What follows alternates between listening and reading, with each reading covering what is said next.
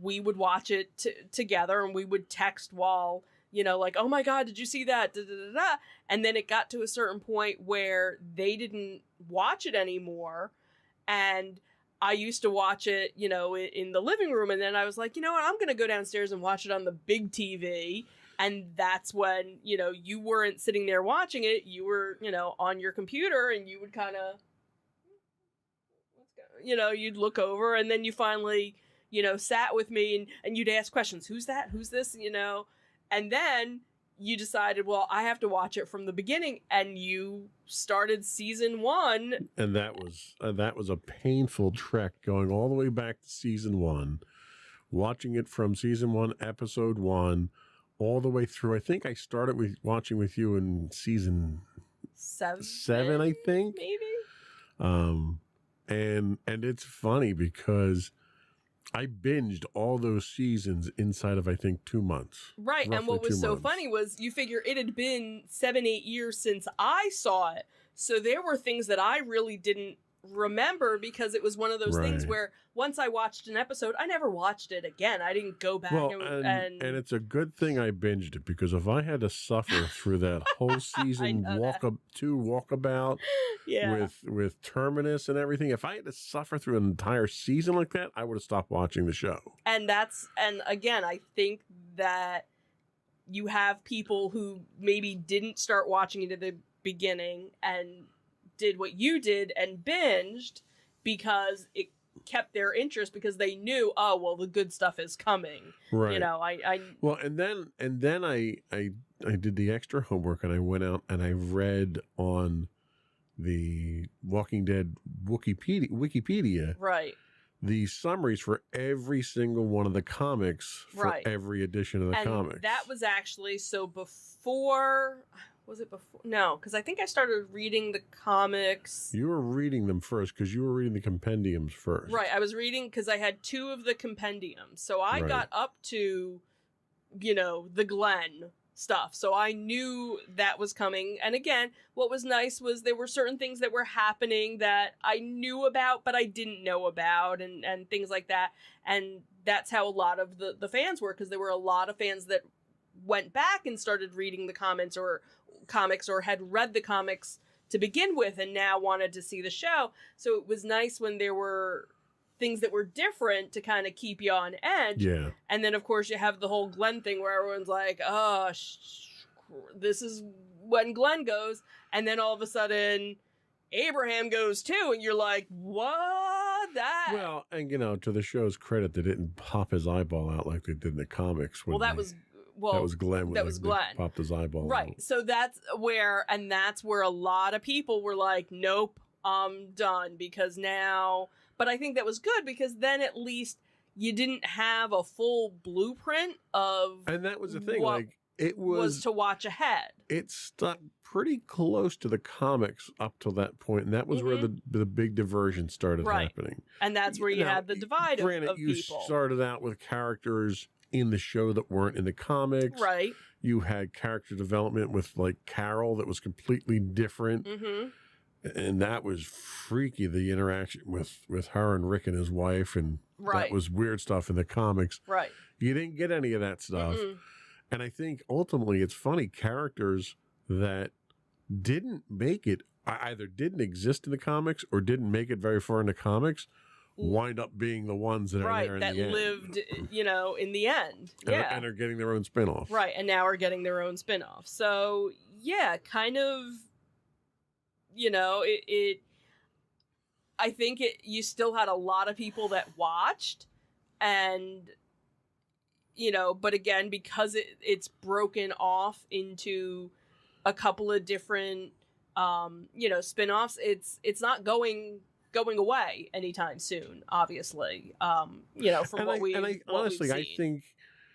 I think that was one of the things that was very anticlimactic for me was, all right, so The Walking Dead is done. This is the end of The Walking Dead, except for these other 2 shows that are going on, these 2 new shows that are coming out, and it was like, it's not over. Right, because technically... It was very straight. Like, when MASH was over, they had MASH spinoffs, but Right. they were the characters in completely different modes. Mm-hmm. You know, like you had the Aftermath where they came back to the States and they were in a hospital or something like that. So it wasn't the same type of storylines where they're still in the zombie apocalypse. Right. They're just in a different town or a Right. different The city zombie or something. apocalypse hasn't ended. You have, one group that's going up to New York. You have another person that's crossing the Atlantic and getting to France. I don't know how he's getting his motorcycle there. I don't know how he's doing that either. And then you have, the ongoing story of Fear the Walking Dead. I don't even know where they are now because that was one show that I only saw 2 seasons of, and I kind of stopped watching that one. And then you have the one show, World Beyond, that was just a 2-season, and that was it. Well, and I think the problem you run into with World Beyond is they establish a quasi-civilization, Right. a military-based quasi-civilization there that is huge, Right. and dominant.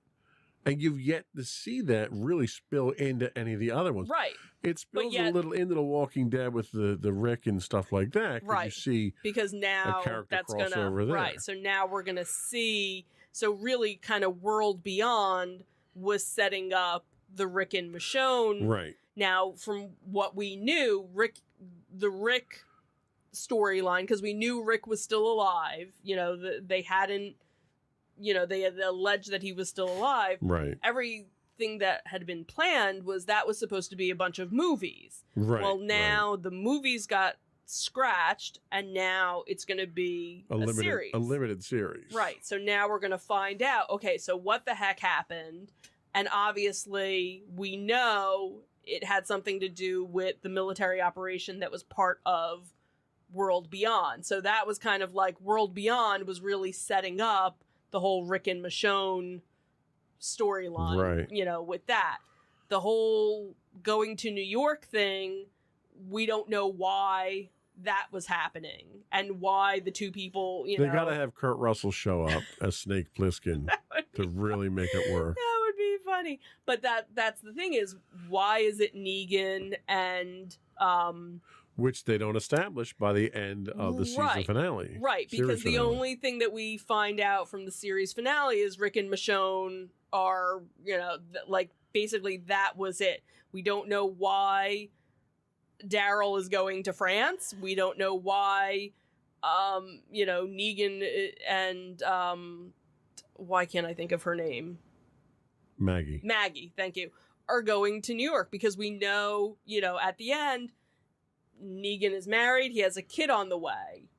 Is Right. she part of the thing that they end up, and that's the other thing too, is because they finished Walking Dead with kind of, all right, we've taken the town back. We've gotten rid of the bad guy, and, now everything should be good.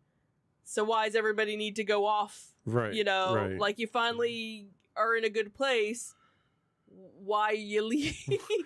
Yeah, given the reputation over 11 seasons, it's entirely possible that Ezekiel kicks them out because they seem to ruin everything. Yeah, they you know touch. what? Maybe it's They're not like, hey, them. you guys are related to Bob Chapek, aren't you?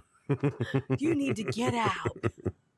So yeah, it'll be interesting, to see. So you have the 3 new series. So you have Walking Dead Daryl Dixon. I really hope to come up with a better title than that. And now the other thing too that I guess it was from World Beyond, was the fast zombies, the ones in France. Right, you got climbers. You got the climbers. You got runners. And you got the ones that can open doors now. Yeah, you got the articulated ones, the guys that can pick stuff up. Right. So what is it that makes him want to go to France? Now, that was also supposed to be where Carol was originally supposed to be going with him, but because they were actually filming in France, which seemed kind of odd during, this whole time period, why you wouldn't just do, a set or something and stay stateside. she's not going, so they had to kind of redo that whole storyline. Then you have the Walking Dead Dead City, which is the one with Maggie and Negan again.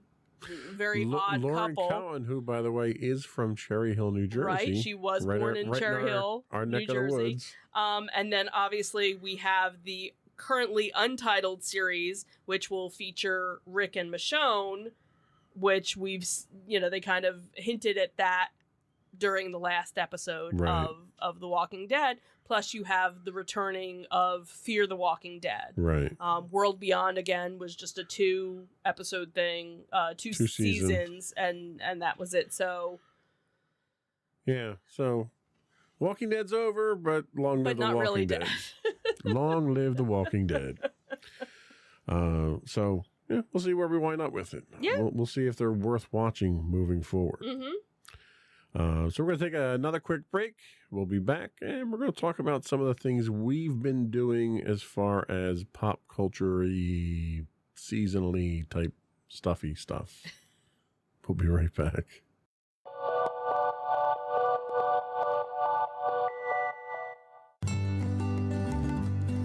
Insights into Teens, a podcast series exploring the issues and challenges of today's youth.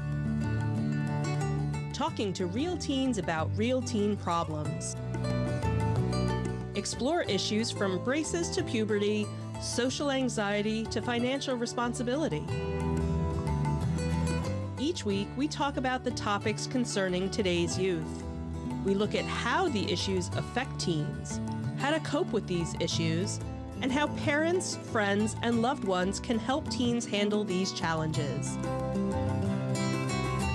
Check out our video episodes on youtube.com/insightsintothings. Catch our audio versions on podcast.insightsintoteens.com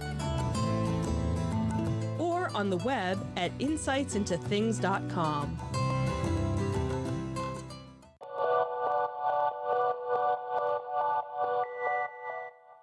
Welcome back to Insights into Entertainment. So we've been out and about. We had 2 things actually on the show notes today, but we have a third one to add to it from last week. The first one was we attended the very first Monster Mania at Oaks, Greater Philadelphia. I think they've actually done one there before. We did the outside one. We did the outside one. I thought they've done one there before, but for some reason I thought this was the first one. I don't. It was our first one. It was our first one. So we'll just go with that. We'll go with that. It was our first one, and Monster Mania has always been kind of one of our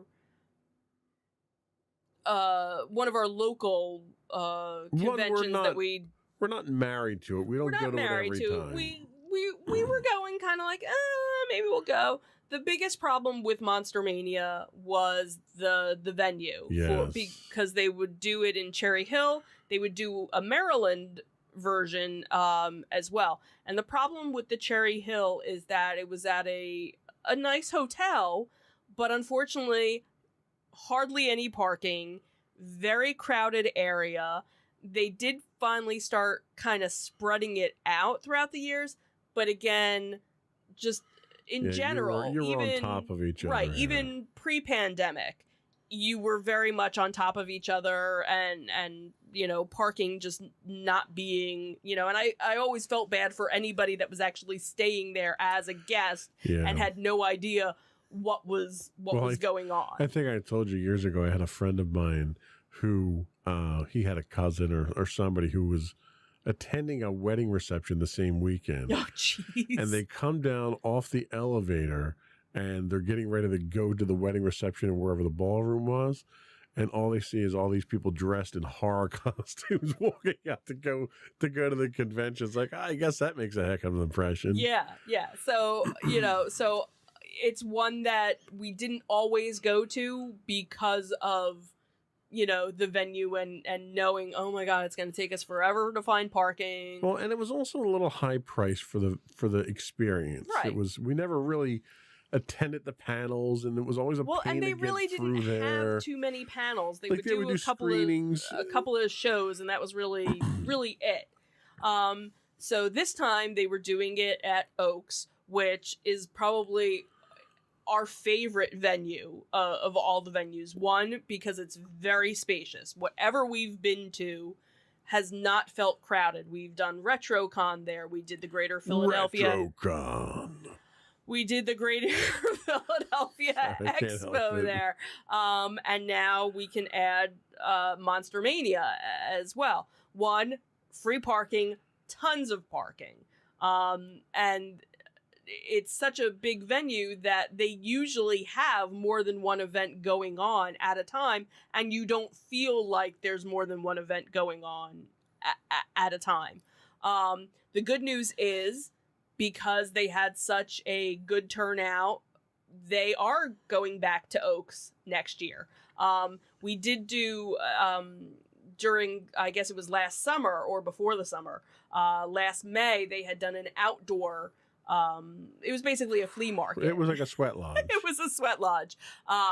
So it was nice to see them, back here inside. And what was nice was the one area they had a whole bunch of celebrities, so that if you wanted to partake in it that. was set up in such a way that you had very organized, very large aisles for your vendors. Yes. Nothing was crowded. You had an entire other area for your panels. Mm-hmm.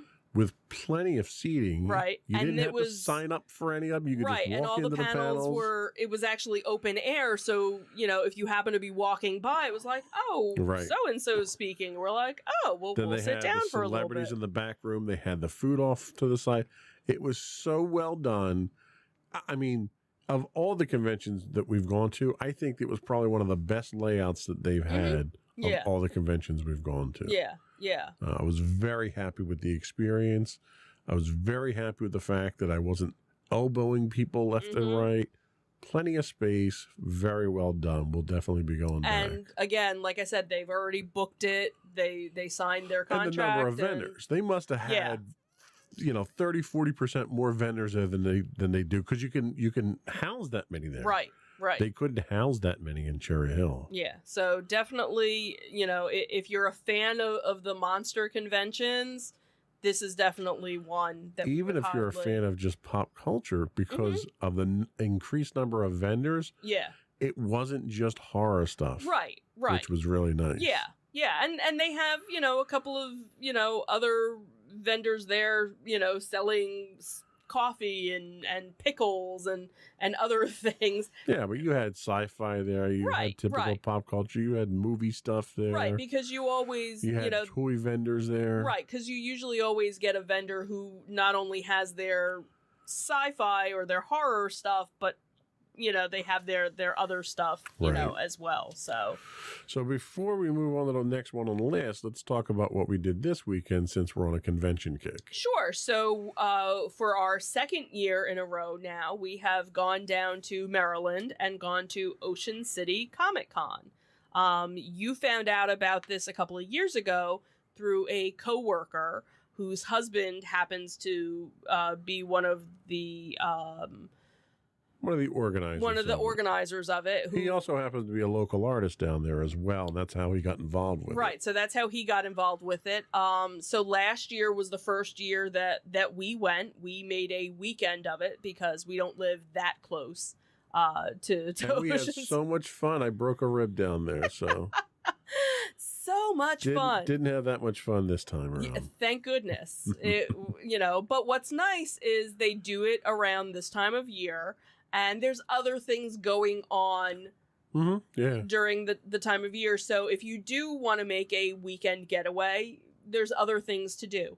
A number of the restaurants are open. It's not going to be as crowded and busy as it is during the summer. You don't have as many of it's more of the big hotels that are open. Right. The little small mom and pop ones aren't available, but the bigger resorts are.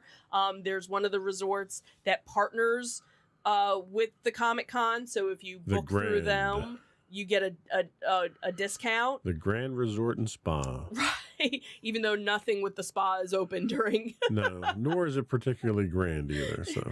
Well, I think the room we were in this time looked like it had been renovated versus the last. Possible. the last Awesome. year.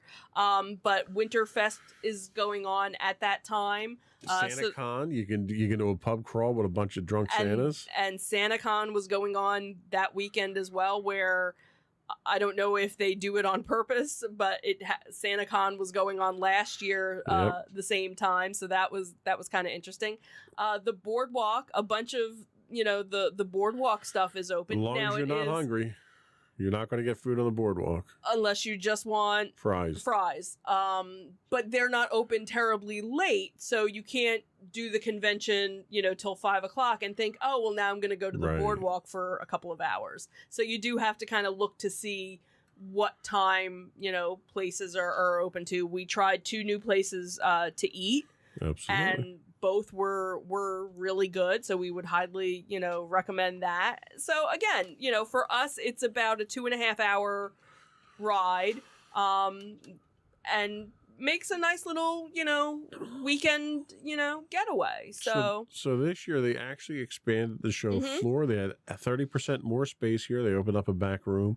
I have it on good authority that they're going to be expanding it again next year. They improved their food process. They improved their ticketing process. They're looking into doing online ticketing sales next year as well to speed that process up. We were very fortunate. We bought them at the hotel ahead of time, so we were able to get right in. They also are looking, not next year, but possibly the following year, to expand it to 2 days. So what's really nice is it's a great convention. And it's a convention that they're taking the profits and pouring it back into it and making it better and better. Yeah. So just over 2 years of going, we've seen it get better, and they're making it even better after that. So it's a local convention run by locals, but it's people who are passionate. Right. It's local artists who are running it. Yeah. So they know what a convention needs to have to be successful. Right. So it's kind of a breath of fresh air to see that kind of thing. It's not some corporate conglomeration who's just out there churning out conventions to make money. It's people who are there at the conventions, which you can really tell the difference. Yeah, absolutely. And one of the things that that we commented on, and when you had talked to your coworker about it, they said that was kind of the point. Most conventions that you go to, you have, here's this vendor aisle and this vendor aisle, and here's all of our artists. We kind of put them in Artist Alley, away. And you have a lot of people that never even go down Artist Alley because they're not interested in all of that. And, and in some cases it's a shame because there's some really good artists there, that just want to be recognized. And what was nice was here, they mixed them in with everybody else. So it wasn't here is just the vendor selling this, and here's just the people doing this. Here's a mix of everything. Absolutely. So you'd have, an artist next to somebody else. So if it was something that you weren't interested in the artist, okay, so you walk right past them, or you give a nod and you look at the next person. Or maybe because you're looking at the one vendor, oh, there's an artist here. Oh, let me look and see what you have. So that was kind of nice that it was kind of blended a little bit better than some of the other, conventions that we've gone to. So Ocean City Comic Con, definitely recommend it again. Before we do go, let's talk seasonal stuff. Sure. We've done one so far. We may be doing another one this weekend. What did we do so far? So we did Night of Lights at Creamy Acres. So this was one that when they started doing the lights, it was only a wagon ride through. You weren't driving through. So you had to be in one of their wagons riding through. And then with the pandemic, they changed it over so that you could drive your own car. So this year they actually brought back the wagons, but you're still able to drive your car through, which is nice because then you don't have to, especially if it's cold or the weather is questionable, you don't have to worry about. Or if their music is terrible. Right. Then you can listen to your own music. So this is one that we we've done the past couple of years. It's a little local for us. And what's nice is after, you're done going through, they do have a little shop area. You can go and see Santa. They do have fire pits now, because I think last year, I don't think they were doing fire pits just yet. No. I can't remember. So they had fire pits. You could buy a little s'mores kit, which was $4 or something to make 2 s'mores. But hey, but they had a little bit more food available. They had like a bakery area, and then they had, cheesesteaks and chicken fingers and, some fried stuff. All that Christmassy food. And then they have a couple of characters, walking around. creepy characters. But it's nice because it's a local farm that does this. You can buy your tickets online, or you can buy them there, and a nice little enjoyable drive-through Christmas light display. All right, I'm going to put you on the spot. What are we doing this weekend? So we are probably, depending on what the weather is, I'm guessing maybe Shady Brook. Yeah, probably.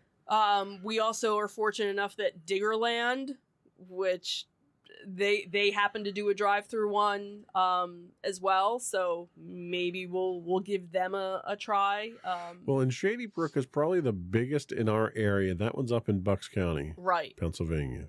Right, that one's further for us to go to, and depending on what the weather is like. And usually what we'll do is, if it's a decent day, we'll go up, we'll hit Peddler's Village, we'll stay there, we'll hit there in late afternoon. They turn their lights on fairly early. You get to enjoy those lights, and then on the way home, we drive. We'll hit Shady Brook. Right, and if because I think the last time we went, I think it started raining when we got done, so we didn't do any of the fire pits, because that's another thing too, is they started having fire pits, but you actually had to make reservations, or they had private. They had private ones you could do, but they had public ones too. We had to fight for a couple cheeks on the bench. Right. So we'll see. We'll see how it goes. It's always that fun part of fighting around the fire that we love to do around the holidays. But now we have our own, fire pit. So right. We have to assemble that this weekend. We have to assemble that this weekend. Find stuff to burn. Where we throwing furniture and stuff in there. So if you got anything you need to burn, bring it over. Just make sure it's cut down real small. Right. It's not a big pit. So. Anyway, I think that's all we had for the show this week. Hopefully, we'll be back on a regular cadence moving forward now. Yeah, we'll see. We'll see about that. I took a couple of weeks off because I just wasn't feeling up to it. So right. Moving forward, hopefully, we'll be a little more. Before we do go, though, I do once again want to ask you to subscribe to the podcast. You can find audio and video versions of our podcast listed as Insights into Things.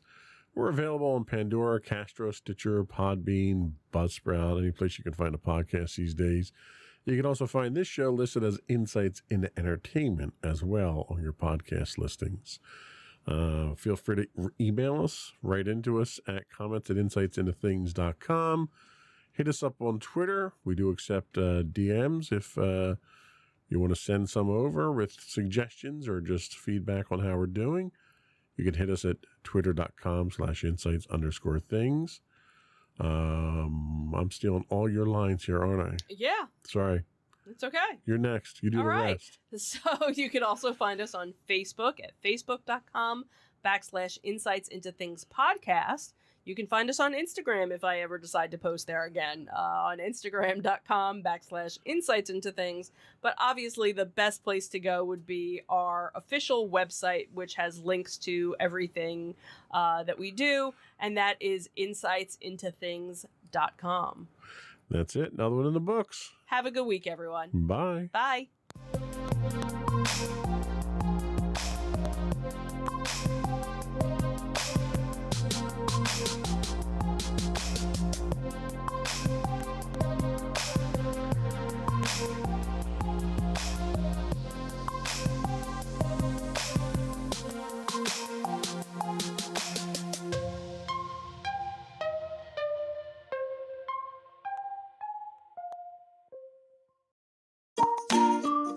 Insightful podcasts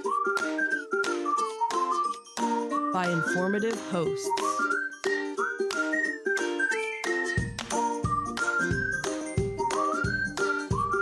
Insights into Things, a podcast network.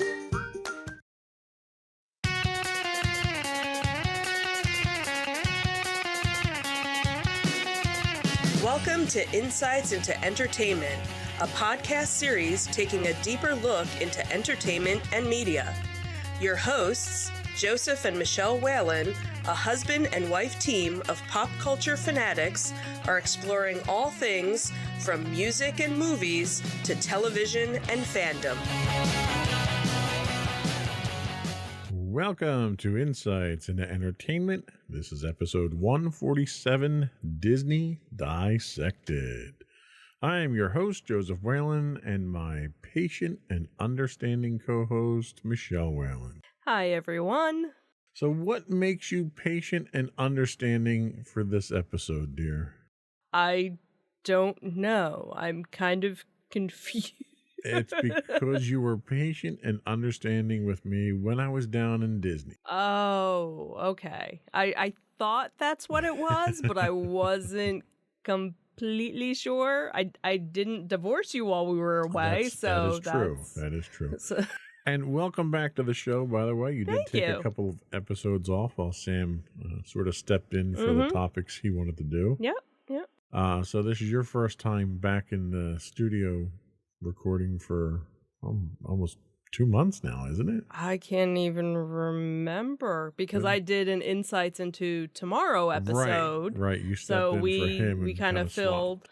And then we were trying to find other topics to talk about to give Sam some more time doing the entertainment stuff and me, and it just never, there wasn't anything that, nothing jumping out. Yeah, nothing jumping out. So. But he kind of took to the entertainment side, so he may come in and fill in for you more often. We'll see. There you go. Today we are talking about dissecting Disney. And this is really about our trip to Disney. Right. So as previously promised on this podcast, this week we bring you our review of the current state of Disney parks in Florida. Having spent a week down in somewhat sunny, often rainy, and oppressively hot Florida, we've had a chance to see if Disney has been able to bring the magic back. We'll take a look at the resort we stayed at, the amenities offered, and the service at the resort. And then we'll take a look at some of the technology that Disney's trying to throw at its guests to justify the drawbacks of a lack of service in some parts, but a cost as well, as they pretend to give you more services. Right. And finally, we'll talk about our experiences at 3 of the 4 parks, because we don't really go to Animal Kingdom because it kind of sucks. But other people enjoy that park. Other people do enjoy it. We don't. We don't. It's not one of our favorites. It's not. And it's not an all-day park for us, even if we do go. Right. And we'll talk about where those parks stand compared to our previous visits. Before we do that, though, I do want to invite our listening and viewing audience to subscribe to the podcast. You can find audio versions of this podcast listed as Insights into Entertainment. You can also find audio and video versions of all the network's podcasts listed as Insights into Things, and we're available any place you can get a podcast these days. I would also invite you to write in, give us your feedback, tell us how we're doing. Give us your show suggestions, what you want us to talk about. You can email us at comments@insightsintothings.com. We're on Twitter at insights_things, or you can visit us on our official website at www.insightsintothings.com for all of our social media links. Are we ready? Sure. Let's go.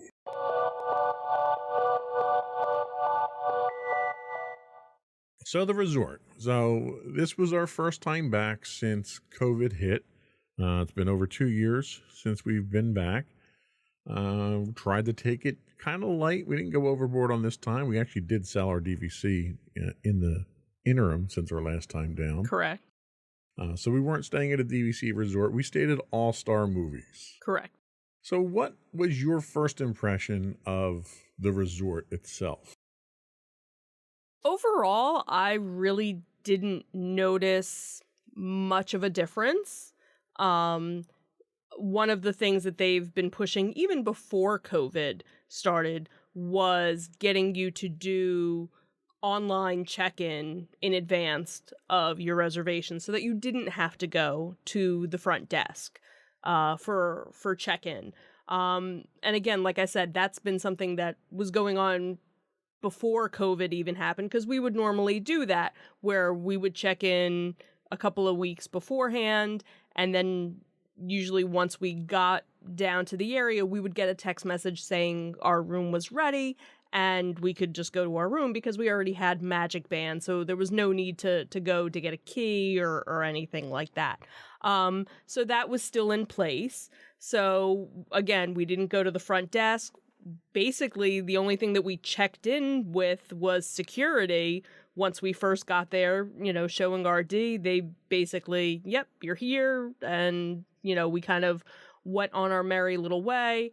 And probably within, 20 minutes of us getting to the physical resort, we got a text message that our room was ready, but we had gone to the main building to go get lunch and kind of walk around a little bit before we actually made our way. So again, nothing really seemed that different from the last time. Of course, it's been probably 3 or 4 years maybe since we've been at an All-Stars or a value resort, because again, we were using our DVC for most of the trip. So again, I didn't notice anything major, different in it. Obviously, and we'll talk about it, that the rooms have obviously been updated since the last time we had stayed at a value resort.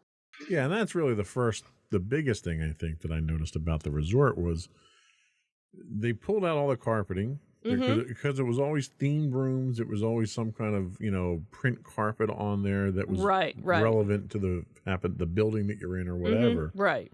We happened to be staying in Dalmatians while we were there.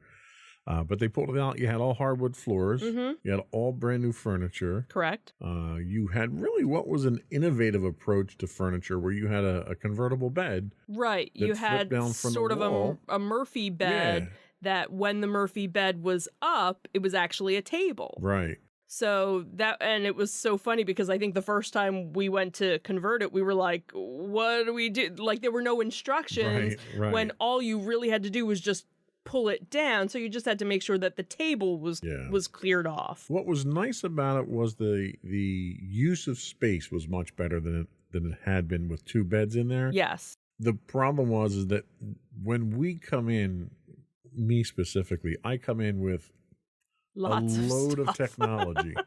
And what I'll do is I'll set up on the table and leave it there for the duration. And unfortunately, we didn't have that option here because the table went away at night because we had to use the bed. Right. So I could totally see if it was something where you were maybe only, 2 people in a room and you didn't need to have that second bed all the time, that you could, easily leave everything.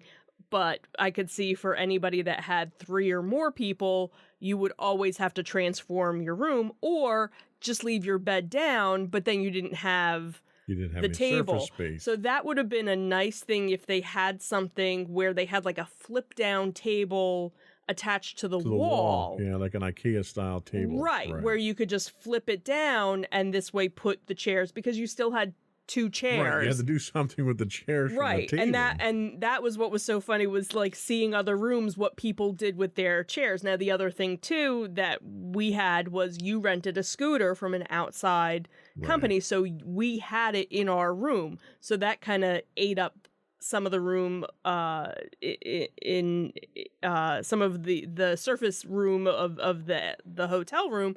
So a lot of people would put their chairs against the window. There was actually one that actually just put them outside. Yeah. I guess they needed, that much more room. So it was kind of, you didn't know what to do with the chairs once the bed was down. Like there was no specific, area. It was basically, okay, well, we'll put it over here for today. So they upgraded the bathroom area as well. Yes. So traditionally what you had was you have a small bathroom that has a shower and a toilet, and then your sink is outside in sort of like a little prep area. Right. And that, for privacy in that area, you typically have a curtain that goes Well, it was across. funny because I remember years ago they didn't have the curtain. Right, you had nothing there originally. So that this way, if somebody was brushing their teeth, it was out in the open, but where the sink, where the bathtub and shower and the toilet are, there was always a door. Right. And then at some point they added a curtain so that this way if you wanted to get changed and, so they, they evolved. So that's been evolved into a barn door style sliding door. Right. For additional privacy. But what really struck me was they replaced the door, the swing door on hinges in the bathroom area with a telescoping door. Right. That slid in behind the wall itself, which I thought was a brilliant use of space. Like that's one thing that they really did was when they redid the rooms, they did things to maximize that space. Like over where your cooler, because you don't have a refrigerator anymore, where the cooler is, there's a piece of furniture that's kind of like a little breakfast nook type thing. Right. So because they had a coffee maker, like a single-use coffee maker there. They had your ice bucket there, and then there was a drawer for all drink accessories. Had like the coffees and the teas and everything to go with the coffee. And that area you could kind of use as a bar, your beverage keeping, snack like a beverage area. cart, basically. Yeah. So the room was okay. There were a few issues with it. The one thing we noticed when we got in there was the lock plate on the door was loose and eventually fell off. Right. The room phone did not work. And that we only found out because we went to call the front desk one time and went. So we couldn't call the front desk from the phone. We tried to use the app, and we'll get into the app a little bit later, but we tried to use the app, and that didn't work either. Right. So you happened to find one of the maid service, and they were able to call housekeeping, and they got a hold of somebody. We had multiple issues with plumbing there, where they had to come and snake the toilet. And it wasn't just us. There were 3 other instances where I saw them walking around with the snake. Oh, wow. So it was other rooms. People. Okay. So it was an issue with the hotel itself. Okay. What else do we have? Drainage. Oh, my goodness. It rained, and you had literally swampland if you were walking around the outside. And that's something just in general with Disney you can find on TikTok and YouTube other people posting videos from the park. Sure. But I've never had that experience in all the resorts that we've been I don't there think before. we've ever noticed. Because someone would be out there taking care of it. True. They may have had drainage issues in the past, but we just never noticed it. Guests. Yeah, that could be. Yeah. And the one area by the parking lot that had the big drainage issue, they had one of the grounds crew come through on one of their little John Deeres and track mud all over the sidewalk in the process of doing that. Right. And no one cleaned that up. And it's starting to look a little run down and tired. There were a couple of areas there. They were basically fire hydrant areas that weren't maintained. They were rusted. The paint was coming off. Okay. So it was very un-Disney like. Disney is always, even at the discount resorts like that, they've always kept up with it. And it just seems like it's kind of run down. The first day we got there, the elevator, one of the 2 elevators was offline. It took them most of the day to get that one fixed. Well, they were actually cleaning. They were cleaning the, I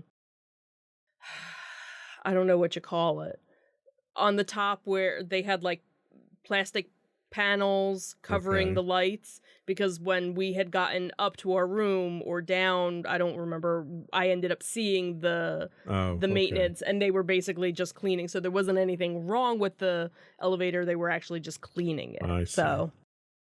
And then really the only other big complaint I had about the resort was you had someone out there for the better part of a day who was pressure washing one of the staircases at the end of the building. Right. And just the fumes, because it was an internal combustion engine compressor they were using. You were gagging as soon as you walked out of your room. Now, granted, it was hot, it was humid, the air wasn't good to begin with. Right. It might not have been a good day to do that. I mean, have a little, wait for people to at least leave and go to the parks, because this was like, first thing in the morning. Yeah. They're doing this type stuff. So room service. So where we normally don't do room service, we'll put our do not disturb sign out there. They used to do daily room service. Correct. And now they're down to every other day, every 3 days or something. And I think it's every 4 days if you're DVC. Yeah. And to me, that's a significant drop in service, because they didn't reduce the cost of the room at all. Right. In fact, it went up. And you're getting less service there. So that was a ding, I think, in my book. Paying for parking. Still one of my biggest pet peeves that I have there. Right. And again, going back to that whole, hey, we didn't check in, there was nothing ever said in anything. Right. It's like, just hey, by the way, because for the most part, this was actually one of the first times that we didn't charge things back to the room. One, because we had done a whole gift card thing, so that was a good portion of our charges, and then we just charged it on to our various credit cards, because in most cases, if you were using a Disney credit card and your bill was a certain amount, you would actually get 10% off, whereas if you were charging it back to the room, you weren't going to get that discount. So it wasn't until the end of our stay when we actually got our portfolio, and I was like, oh, what were all these charges? And opened it up, and it was parking. That was literally all it was. And that's where, again, we've been there since they've been charging for parking, so it wasn't a shock for us. But what if this was our first time and we didn't know? That's something, granted, yes, it's not the security officer's job checking you in, but if you're doing the mobile check-in, if you're checking in, online beforehand, something should pop up saying, hey, by the way, just so you know, if you're driving, you're going to have this $15 a day or whatever. How did they know that we were driving is what I'd like to know. Well, because we checked in with security, that was what. So that could have been a rental car we had for one day and got rid of it, or we could have been getting dropped off by someone. How do they know that you're parking there? Well, and then that's the thing, is that we would have had to. I would dispute that charge because it was never detailed anywhere on the original bill. And that's the other thing too, because what used to happen is when you would go to the front desk and check in, they would ask you, "Oh, are you, staying on property?" Because they would give you a parking permit. Right. So now they don't even print out. And they'd get your license plate number. Right, but they got my license plate number when we checked in, because security there was a camera towards the back that could see my tag. So they're nickel and diming you there, which was very annoying. Right. We bought the mugs, which I didn't want to do, but you thought it'd be a good idea to buy the mugs. Right. And the quality of mugs have gone down significantly. They've got the cheapest lids. The lids kept falling off. I almost lost the lid twice. It's just, I was very disappointed at that, but that's there to support the fact that you can't get multiple refills. You buy a disposable cup from them, you pay $4 for it, and you're allowed 3 refills within an hour or two or something like that, which is idiotic. It really is. Right. Because Disney is not losing money on me getting a refill on my soda. And granted, you almost never got a refill on your soda. Right. So. And the problem that I have with that is, but the fact that you're charging me $4 for a soda, where 90% of the cost of that drink is cup. Just the cup, yeah. And you're putting a chip in that cup now, so I can't get refills, which makes the cup more expensive. It's an idiotic business model that they have there. I didn't want to go on with any other complaints about the resorts. Did you have any highlights, any positives? Anything nice to say to counter any of my complaints? Well, the one thing I did like, which was new, I think, since the last time we were there, is that they actually have, when you go to the buses, if you're taking the resort transportation, because usually most of the time, if we didn't have the scooter already, we would usually just drive to the park. This way we wouldn't have to worry about waiting for a bus or anything else. But because of the scooter, we had to use the transportation. And one of the nice things was, as soon as you got to the area, they had a little schedule showing you when the next bus estimated time when the next bus for the different locations was going to be coming. So that I thought was very helpful. And they've had that at the moderate and the higher end resorts. Right. This was new for us at the value resort. So it was that was nice. a nice touch to see. So all right. So we'll give them a plus for that one then. Let's take a quick break and we'll come back and we'll talk about some of the technology that Disney is throwing at some of these issues. We'll be right back.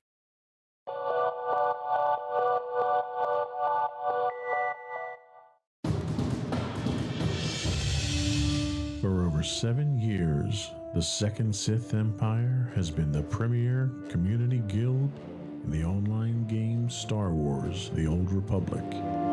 With hundreds of friendly and helpful active members, a weekly schedule of nightly events, annual guild meet and greets, and an active community both on the web and on Discord. The Second Sith Empire is more than your typical gaming group. We're family. Join us on the Starforge server for nightly events such as operations, flashpoints, world boss hunts, Star Wars trivia, guild lottery, and much more. Visit us on the web today at www.thesecondsithempire.com.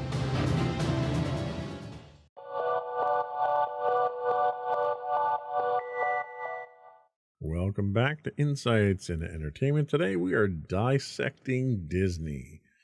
So one of the things that Disney has done to try to enhance the experience is go the technology route. And that technology route is apps on your smartphone at this point in time and bands and all that stuff. So right now, the Disney World app that they have with their nice little 50th anniversary logo on there is the central part of that technology push. You pretty much need it for anything you want to do: booking rides, checking times, getting into your room, pretending to call the front office because it doesn't work for that. Your photo pass. Yeah. Reservations. I have to say that I was very unimpressed with the app. I found it to be poorly designed. Someone looked like someone gave a 5-year-old a box of crowns and asked him to design an interface. It was confusing. It was not obvious or intuitive to use. Finding the information that I wanted just to go in and look up times or to look up available slots for reservations for different extra services like building a lightsaber or a droid, you couldn't find that stuff. And the whole thing was predicated upon this whole idea of build your experience.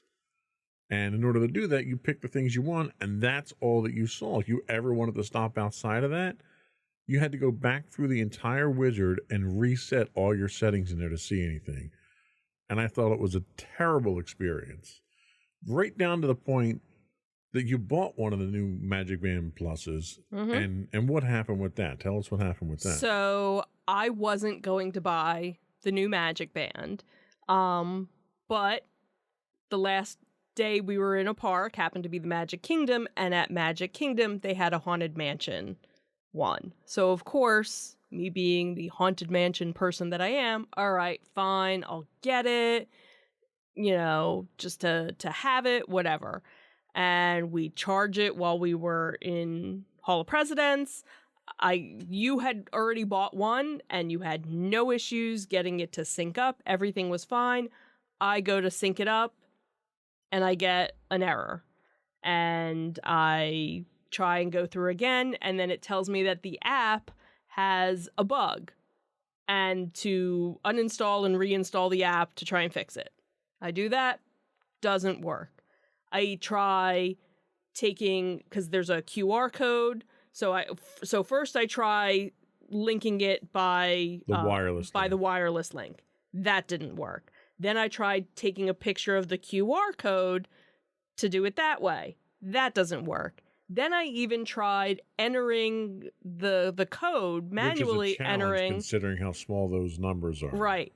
Entering the code, nothing. As soon as I would do it, it would fail and again tell me that I had a bug. So by that point, I was just fed up. And after spending almost $50 on it, I went back to the store to return it. And of course, the cast member there was like, oh, well, if you do decide to, purchase another one, we do have tech support people, located throughout the park that would be, willing to help you. And by that point, it was already our last day. Maybe if it was our first day in the park and I had, the whole rest of the week to worry about it. But this was literally our last day. Yeah. I was like, I'm done. It wasn't the band itself, it was the app. Right. So that's really where I think the biggest complaint was. Because there was a lot of things with that app. The calling the front office. Well, when our phone calling the front work, desk. We tried to call the front desk. You can get to it through the app if you could find it, because it wasn't easy to find. Right. And that was another thing, another challenge of things weren't where you thought they would be. Right. If you did a search, it would eventually find it, but it was like I shouldn't have to be searching every time. It was almost like they did no user testing of this. And then that was the whole thing too, because when we were having the issues with the bathroom, I was like, all right, well, let me just call the front desk. And I'm like, and I couldn't even like Google a phone number for the front desk either. And then the one day I actually just walked up to the front desk and they were like, oh, well, you could have just done it on your app. I'm like, no, I couldn't. And she didn't believe me. Right. And she walked me through it and was like, oh, okay, that is a problem. Yeah. No shit. Like, I know it's a problem. I'm pretty tech savvy. I understand not everybody is tech savvy and you have to talk to, every guest like we're an idiot, but it really wasn't there. And then, so you can't even say, oh, well, it's because you had an Android, because you even had the same problem and you have an Apple phone. Right. So it clearly wasn't user error. No, it's something with your app. It was app specific. Right. So some of the other things I found were an issue was you could look up wait times for rides. Mm-hmm. They weren't accurate. When you guys were going around and doing things, I was riding around the scooter looking at wait times on the app. Okay. Oh my God, they were 15 minutes off, 20 minutes off. So they weren't updating They as were often. not done in real time on the app itself, which makes the app useless at that point when it comes to that function. Right, because especially if that's what you're determining, oh, well, this wait's only, or this wait's 60 minutes, but yet the wait might only be 15 minutes if you actually went there, but then you don't want to go there because... The entire purpose of the Genie experience is you don't need a fast pass because we can tell you when these times trend here, and it's completely wrong. I lost my Magic Band at one point in time because it was on a little holder on my original one. So we kind of panicked a little bit there. We were able to get the ticket to get into the park, but I didn't have a way to get into the room. Right. So I was able to use the app for that, and it worked. But it was awkward. It's like 4 screens in, you don't know where on the phone it's transmitting so I'm moving the phone all around the thing to try to get the thing to work. Right. It scans the first time and it goes green, but it won't unlock. Well, there's a prompt on the screen that you don't get an audible prompt on where you have to accept the ability to unlock the door at that point. Yeah, see, I never tried doing it that way. So it was not good. And the other problem is they don't have any free charging stations that you can use around the park. Right. If you want to pay for them, there's a couple. I was going to say they have the charging rods that I know, and that was something that we knew going in from various other people who had been there and various other YouTube videos and things that said, if you're going to be on your phone a whole lot more.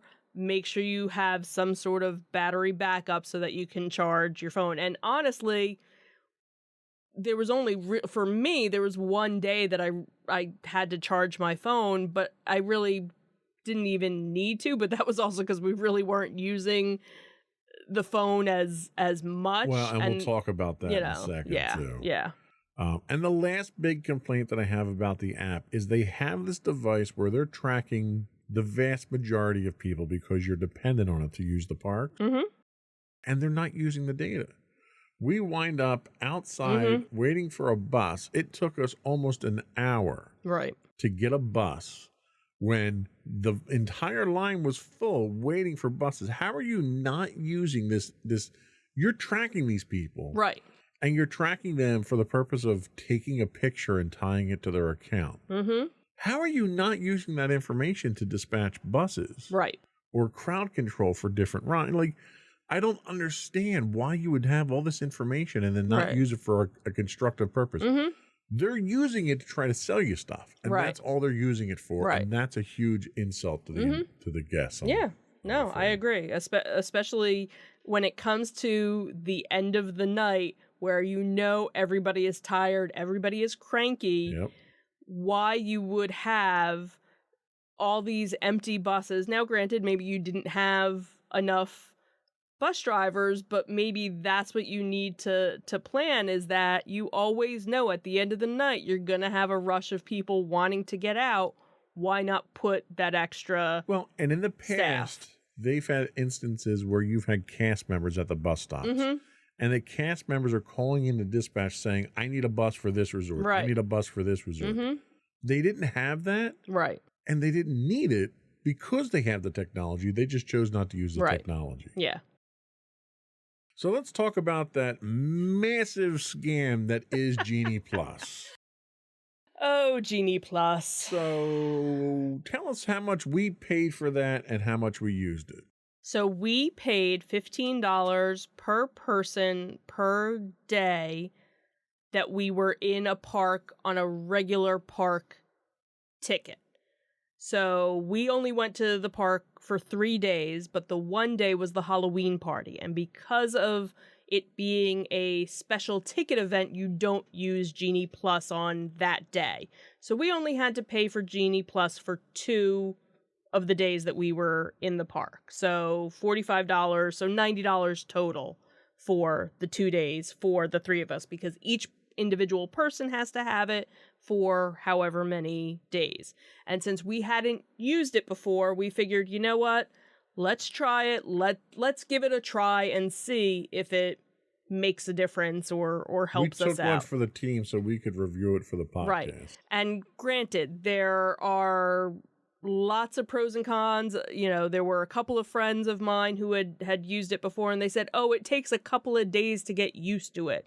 I'm like, well, I only have 2 days to get used to it. So I either need it to work or not work. And the big push before used to be, you know, buying it ahead of time and making sure you had it, even though you couldn't really do anything with it until the day of.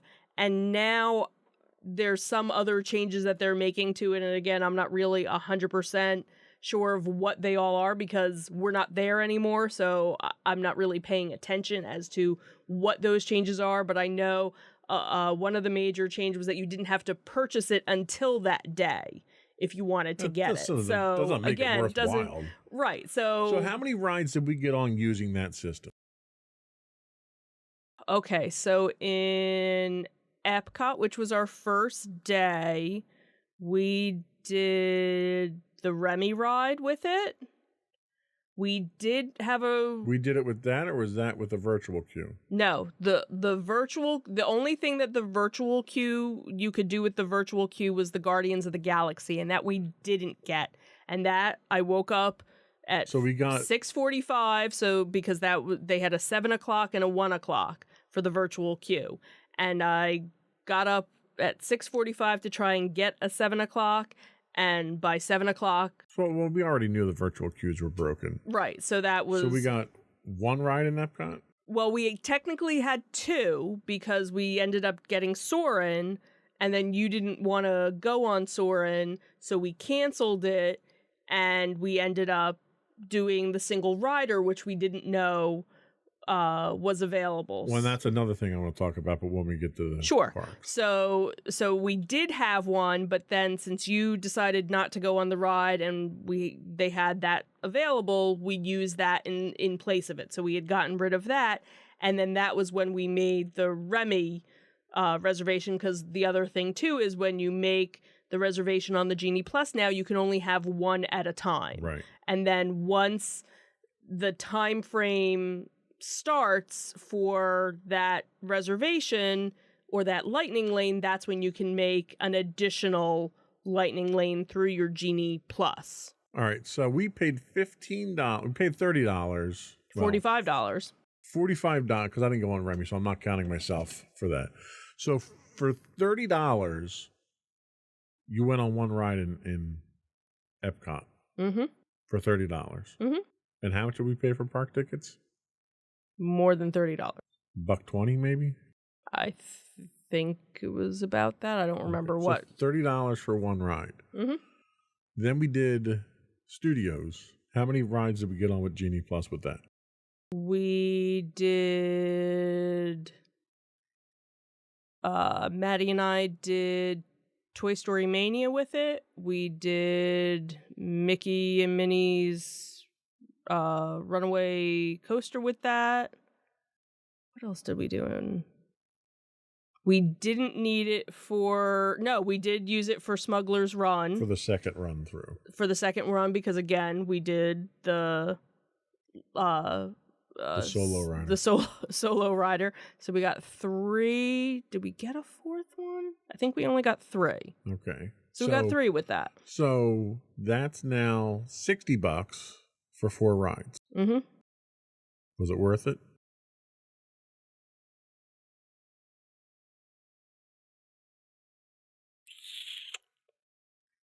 Probably not. This is $60 on top of $120 per person per ticket to get in to ride the rides anyway. Mm-hmm. Right. So we're talking about $150 per person for Genie Plus and a ticket. And Genie Plus got you 4 rides. That to me is a scam. Mm. The other thing that I found was interesting is we got into Magic Kingdom early on Friday because of the party. Right. And it was still regular admission in there. Mm-hmm. We walked past Peter Pan. Right. And the Lightning Lane. And the Lightning Lane was easily a 20-minute wait at Peter Pan. Mm-hmm. What's the purpose of the Lightning Lane if it's a 20-minute wait? Right. This is the problem that I have. Well, when the regular ride is a 60-minute wait, a 20-minute wait is nothing.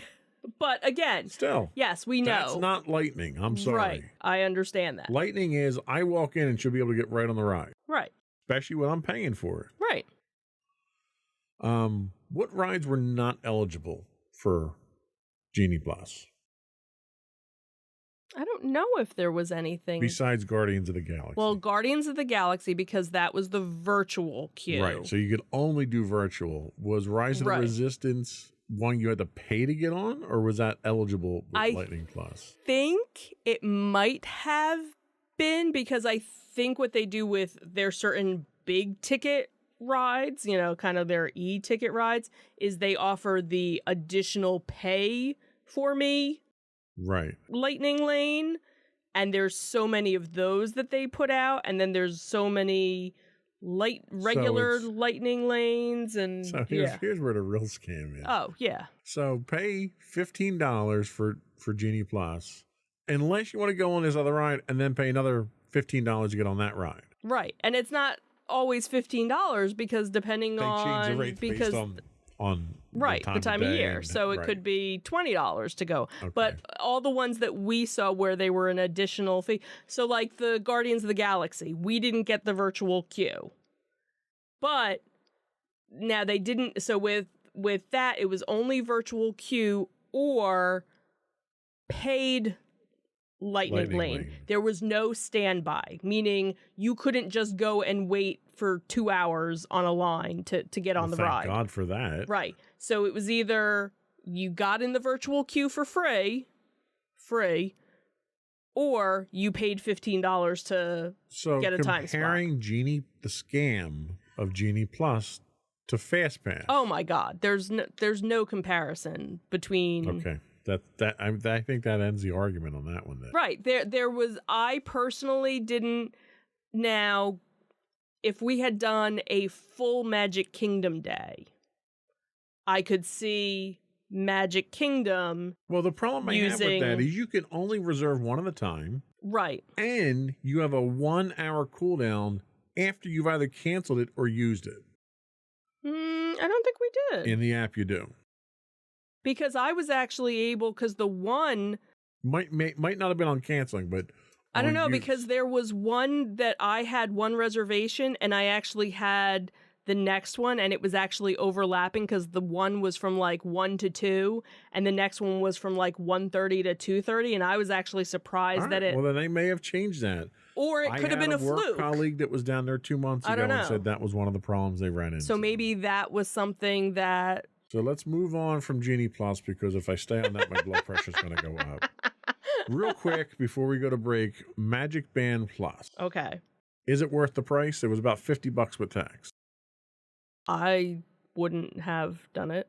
How do you feel about the fact that you need to charge the thing? It takes 90 minutes to charge. When you first buy it, you got to charge it. You know what? I already have my watch that needs to charge, so that was kind of oh, okay. Well, and that's the other thing. It's a proprietary charger. Right, and that was the thing that you said was, oh, great. So now if I lose this charger, I'm never going to be able to charge my Magic Band again. But they sell extra chargers. But they do now. sell extra chargers for you. But God forbid you give me a device that can charge on an Apple charger or an Android charger or a standard Qi charger. Right. And the other thing too was, yeah, it's cute that you walk past, so they have the different statues and stuff, and if you wave your band in front of it, sometimes the statue... Or if you walk past it, or if you look at it wrong, you have no idea how to trigger these things. Right, because there's nothing that I found. I'm sure probably somebody has put together a YouTube video saying, oh, here are the different things that your Magic Band will do.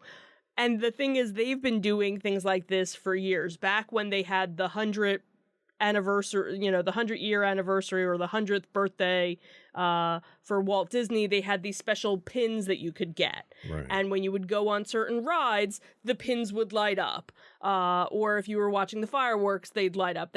So this is kind of the same thing. They're vinyl. They're like the old ones were. So they're very sweaty. They're very hot to wear. Right. Mine fell off 3 times. Right. After having put it on. I had to have you carry it. Right. Because I was afraid I was going to lose it. Right. What else did I have down here? That it didn't have any sound. No sound. So, like, the thing would vibrate and the thing would light up, but, like, you have no idea why. Right. Because when we were walking out of Magic Kingdom, we didn't walk past anything special that I knew, and all of a sudden I'm like, why is the band... Right. I already have enough things on my watch to notify me of different things. I didn't need it. It's almost like, hey, this is really cool technology. Let's sell it. And nobody was like, what are we going to do with it? Mm-hmm. What's the purpose of it? Oh, just sell it. We'll figure it out later. Mm-hmm. Whereas when the Magic Bands came out, they had a true purpose. Right. And I could see if we were annual pass holders or we were still DVC and we'd be going down a couple of times a year. All right, sure, I'll get the new band, because that's the other thing too, is that no longer as a resort guest do you get a free Magic Band, because that was what they kind of moved away from, the room keys. Right. The crack dealers at Disney gave you the first dose, and now you got to pay for the rest. Well, fortunately, we have enough Magic Bands. We don't need, we don't need to buy a $50 one. So. All right. So the technology to me seems more like a scam than anything else, and it's a money grab. I think we can kind of agree on that to a large extent. Sure, we'll go with that. All right, let's take our last break, and we'll come back and we'll chop up the park experience. We'll be right back.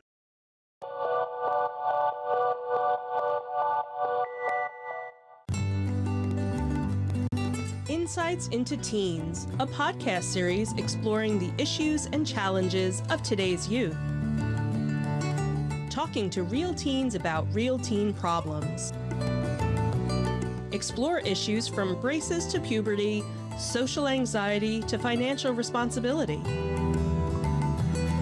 Each week, we talk about the topics concerning today's youth. We look at how the issues affect teens, how to cope with these issues, and how parents, friends, and loved ones can help teens handle these challenges. Check out our video episodes on youtube.com/insightsintothings. Catch our audio versions on podcast.insightsintoteens.com or on the web at insightsintothings.com.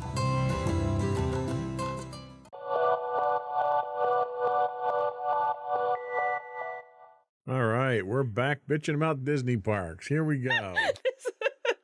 It's going to be such a great podcast. So we've got 3 to complain about, and I'll start off with Epcot. So we're still at the point where we have to make a reservation to get in the park. Correct. One would think the reason for that was to regulate how many people were in the park, you would think, right? You would think. Still packed and crowded as hell. Don't understand that. Got to make a reservation, but I got people crawling all over me still. Someone needs to explain that one. Huge sections of the park are shut down because of the construction that's happening, which isn't unusual for Disney. The problem is it requires you to completely reroute how you get from point A to point B. Correct. In a park that has literally the longest walk between rides already. So it's forcing you to extend those rides where they probably could have been a little more strategic in how they set those barriers up.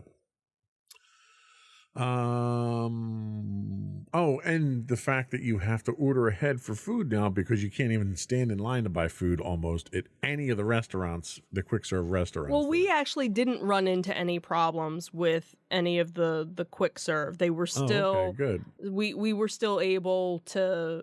It wasn't mandatory because I know when they first opened after COVID, that was the only way you could. All right, then I'll save that complaint for reservations. studios because I have a very specific complaint about that in studios. So Epcot, we really didn't do any because the food and wine was going on, so that you had to go to the little individual booths, and they weren't really that busy. And then after that, we kind of cut our day early because that was our first day in the park. It was extremely hot, and there was so much lack of shaded areas for us to go and hide that we just kind of called it a day just because we were just overheated by that point. So we really didn't have a big quick service meal. We just kind of snacked. So we weren't there long enough for it to really be a problem. Right. Okay. Right.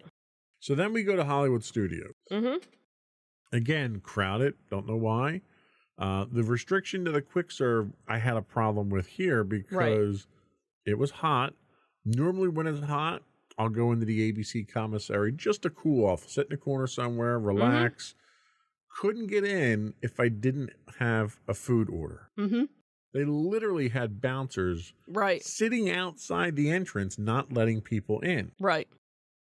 How do you do that? It's like getting a reservation at McDonald's. It's idiotic. Right. I didn't understand that. But you did eventually get in because you said you were just going they stuck me in a corner, literally between two pillars to charge the scooter. When I went to go find you, I'm like, where the heck is he? Now I give total props to all the cast members that were there because they were making sure I was okay. They were offering me water. The one woman comes over and asks if I wanted to have a cupcake. So the staff was fantastic, but the policies, I think, were terrible. That's, I think, what it is it's the policies that other people put into place, and now you have these cast members that are the ones enforcing it and are like, ugh.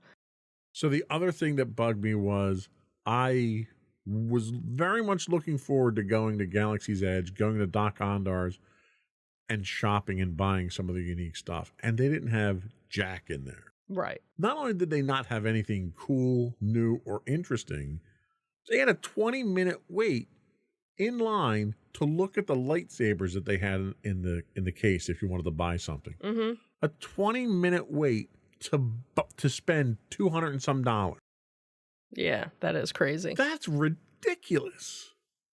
And they had a guy sitting there enforcing, almost like he had a cattle prod, making sure people were bunched up on top of each other because the lines were packed so tight. Right. That was such a turnoff for me. It really was. What else do we have? Finding a seat at the quick serve was like, almost impossible. You had people just circling around waiting for someone to get up. Right. Now, we did eat at the docking station. Right. And that, again, didn't have a problem, you know, because they asked when you got there, did you do a mobile order or are you placing an order? Because they had two separate lines. Right. They let you get in to order something, which was nice because I could at least get in and cool off. Right. And then, you know, just like, you know, the quick serve. But we've had that before where there weren't always tables available depending on what time. Well, before, our quick serve was always the way that we went because or the mobile ordering was how we went because that was our secret weapon. Right. And now everybody does it. So, of course, you need the app to do it. And, you know, but it worked out. We still got a meal. We still had a table. You know, couldn't book anything with Savi's workshop to build a lightsaber. Well, and honestly, if we had tried to book it when we had made our reservations, we probably would have. I shouldn't have to book spending $400. I understand that. 6 months in advance. I shouldn't have to do that. Right. But that's the thing is when we went 2 years ago, we made those reservations as soon as we could make them and we got them. My biggest concern here was I couldn't even see that there weren't reservations or how to make that. It wasn't even an option. Right. It took you a while to find because I had to search. I did a search for Savi's and right.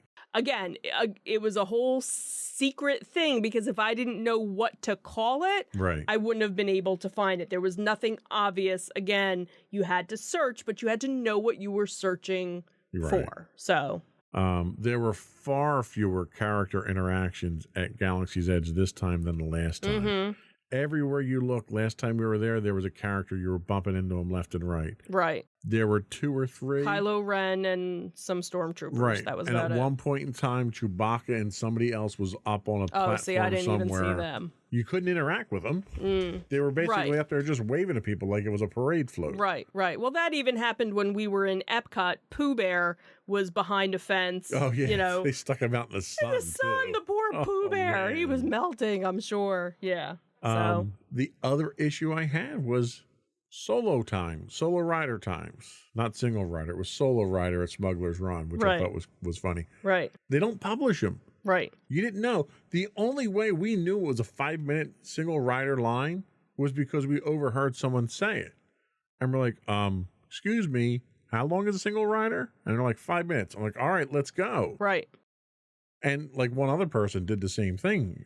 And it's like, given how bad your application works for booking these rides, how are you not? It's not up on the signs. Right. Nobody's out there. They have one cast member come out and start saying, hey, 5-minute single rider ride if anybody wants to get on. Right. How do you not have a provision for that? Right. And that's something. So going back to Epcot, Test Track has been a single rider ride for as long as I can remember. So most people know about it. So they have, 3 separate entrances for it. And then, of course, as soon as you get close, they're like, oh, don't forget, your party will be separated, blah, blah, blah, blah, blah, and you go on. I had only known about Soarin' having it from watching somebody else's video. So if I didn't watch that other person's video, I wouldn't have known. And I think at Soarin', they're still doing it as a test. It's not official. And again, we had gotten it as the one lightning lane, and when we went up I was like, oh, are you guys still doing, oh look, and they basically just have like a cast member holding a sign saying single rider, and then you go on. Smuggler's Run, I wasn't sure if they were doing it until we got to the front of it, and we're like, oh, okay, great. And we, I think it took us longer to walk the whole entrance. That's just poor planning and poor execution on Disney's part. That's a major selling point that you could be using to enhance people's visits there, especially with the crappy system that you put in place instead of the fast passes. Right. So we, at one point in time, wanted to go over to Star Wars Launch Bay and cool off, look at the stuff they had there, see if there's anything to shop for. And it was literally a ghost town. Right. They shut down the Little Mermaid thing that was there. They shut down the gift shop that was there. Right, Little Mermaid has been shut down since. But everything was shut down. The only thing that was open was a couple of the Play Disney thing. Right, but they did have Star Wars characters that was still open. Yeah, if you walked 5 miles back, well, that was the whole thing, right? Because they weren't advertising it anywhere. Right. Well, no, they had the sign when you got to the area, so you had to know. But yeah, that was the whole thing, because the Launch Bay area, there was the whole shop there, and then you'd walk through the shop, and then they'd have the characters and artifacts from the but again, from the movies and things. It was like just a completely forgotten area. Right. It was just kind of, and the other thing too was it closed at 5. Right. So then that whole section, even though there wasn't a whole lot to the section to begin with, became even more of a ghost town, because again, you already had the Little Mermaid that they haven't reopened Little Mermaid yet. So the little princess store right next to it, that shut down. Then there's a Play Disney gift shop that hasn't opened yet. So you had the couple of characters, but no gift shop. And then you had... Like at that point in time, just shut the whole area down and block it off. Exactly. You're just... It's ridiculous to even have a couple of things open. Right. Like I went to get the scooter. I could have swore I saw a tumbleweed blow through. It was so deserted over there. Well, the squirrels were more entertaining over there. It was embarrassing. Yeah, it was really kind of sad. And the other thing too was, like, Maddie and I did the Muppet movie, and there's a Muppet gift shop as soon as you get out. And I was like, all right, as soon as we get out, we'll go into the, gift shop to cool off. And that wasn't open too. So that was really kind of the first, seeing a lot of the gift shops that weren't open, because in Epcot doesn't have as many little gift shops along the way, because you have all of the different countries, so all of those were open. So we really didn't see the effect of things until we got, to Epcot. All right, 5 minutes, Magic Kingdom, and then we got to summarize. Okay. Go ahead. you go. Okay, so for the Magic Kingdom, that was our Halloween party. As you had mentioned before, with the Halloween party, they let you get into the park 3 hours before your park time. So, of course, there's, tons of lines to try and get in, everybody to get in. And, of course, because of the holiday party, you have a special band, so it takes longer to get in. And, of course, the storms are coming. So you got people that are trying to leave the park, people trying to come in the park. So, of course, very crowded, at the beginning of it. And it always seems to be kind of disorganized no matter what time you go. So I don't know if it's something where if we actually went closer to 7 o'clock or closer to 6 o'clock, if we wouldn't run into that or not. Well, and what would make sense if they did that is you do a rope drop type thing. Mm-hmm. And for all the people who are coming in for the party, you get them checked in, you get their bands on in that time ahead of time, because they're all queuing up. Yeah, because that happened and then you have a rope drop when you let them in. Because that happened when we did... Was it when we did the Christmas party? I think it was a Christmas party. Where you actually checked in at the Polynesian. Right. And you got your band and everything. So you were already checked in. So as soon as you got off the monorail, you went right in. So they need to kind of go back to that system of, checking in someplace else. Mm-hmm. I will say, though, that their security system has gotten better, because they don't do every bag being checked. Right. So you kind of go through a metal detector, some sort of scanning thing. I don't know if that's better or if it's just more lax to get people through. I don't know, but it seemed to go smoother. So that was at least a positive that I saw.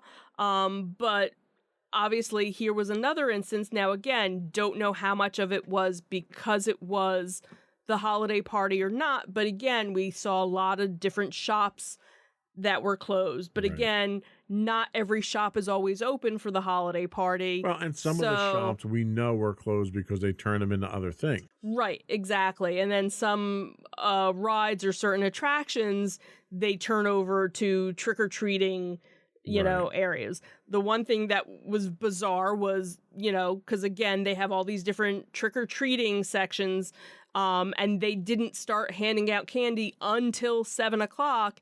And at one point, we were in Tomorrowland, and it was 6 o'clock, and there was a line forming for people form a line, which was to wait for candy. Yeah. For free candy. For a couple pieces of candy you'd get. So we were just like, no, we're going to go on some other rides. So that was kind of crazy. But once the party kind of started, and also once the rain kind of died down, we really didn't have too many issues.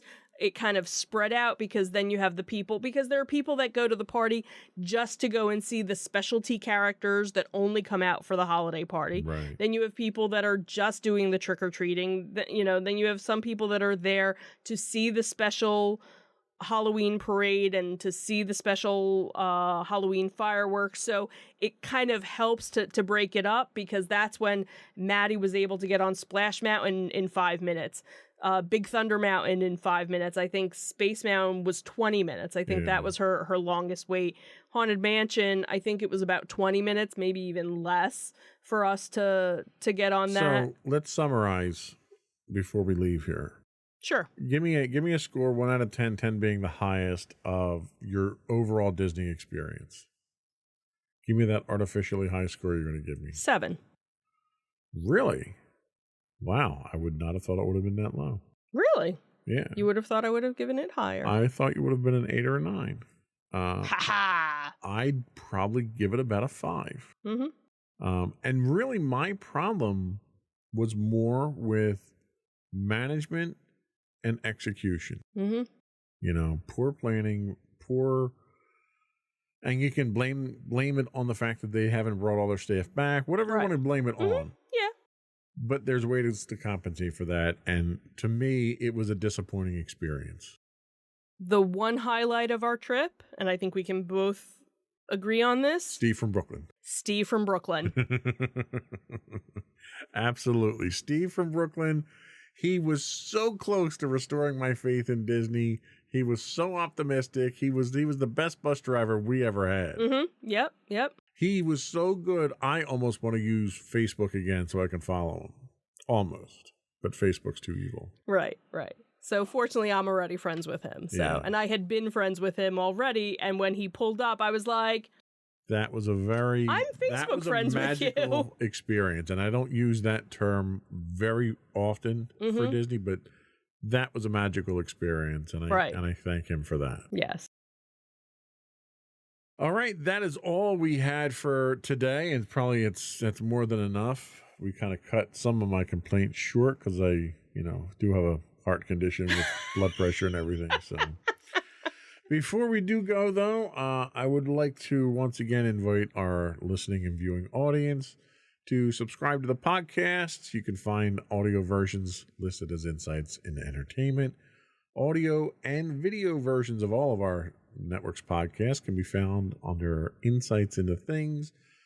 We're on Apple Podcasts, Spotify, Google, Stitcher, iHeartRadio, TuneIn, etc.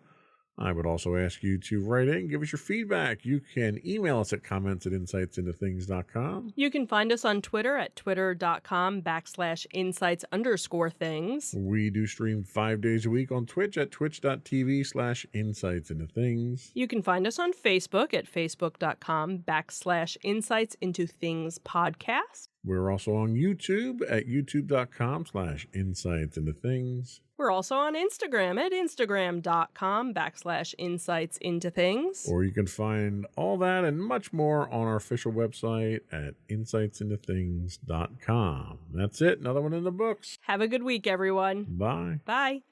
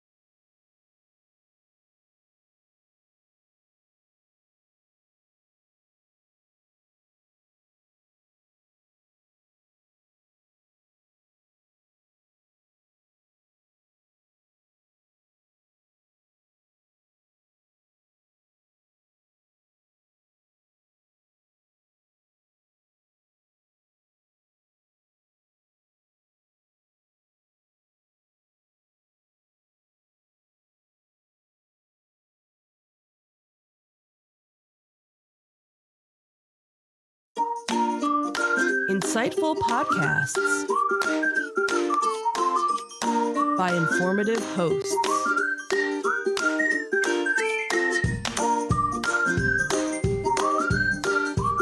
Insights into Things, a podcast network.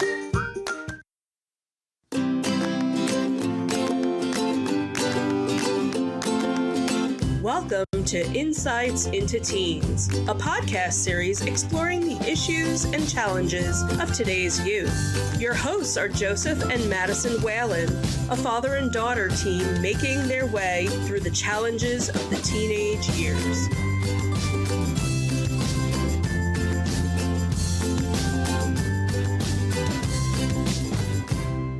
Welcome to Insights into Teens. This is episode 165, Assertiveness. I'm your host, Joseph Whalen, and my confident and assertive co-host, Madison. You know, I really think you're just calling me out at this point. Anyway, hi everybody. I am trying to bring out the best in you. If you think it, you can be it, right? Sure. Tough crowd. I know.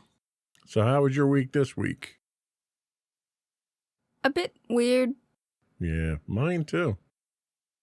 So I was homesick with a migraine, and you wound up coming home sooner than you expected with some stomach issues. Yep. And I don't know about you, but I've been playing catch up all week since then. Yeah, I mean, I was off Wednesday because they told me they had, excused... Tuesday. No, I wasn't off Tuesday. I was off Wednesday. Tuesday was when I wasn't feeling well. They gave me an off day for Wednesday. Oh, wait. Was I out Tuesday? Yes. So it wasn't Monday. I'm so confused. I really am. Yeah, it's Thursday now. I need this week to be over just so I can reset the week. Yeah. But anyway, you're feeling better now? It's still kind of iffy, but, I was good enough to go to school today. Okay. Did you make it through the day okay? I survived. Okay. Well, sometimes that's the most we can hope for, right? Yeah. Anyway, today we're talking about assertiveness. So assertiveness is about communication and confidence. Being able to convey your needs, thoughts, and desires in a way that is constructive and acceptable is a key part of any interaction with other people. On today's episode of Insights into Teens, we'll take a look at what it means to be assertive, the benefits that come from being assertive, and the techniques you'll need to be more assertive. But before we do that, I would like to take a moment to encourage our listening and viewing audience, if you don't already do so, to subscribe to the podcast. You can find audio versions of this podcast listed as Insights into Teens. You can find audio and video versions of all the network's podcasts listed as Insights into Things. And we're available anywhere you can get a podcast these days, Apple, Spotify, Google, etc. I would also encourage you to write in, give us your feedback, tell us how we're doing, give us your show suggestions. You can email us at comments@insightsintothings.com. We can be found on Twitter at insights_things, or you can find links to all of our social media on our official website at www.insightsintothings.com. Shall we start? Sure. Here we go.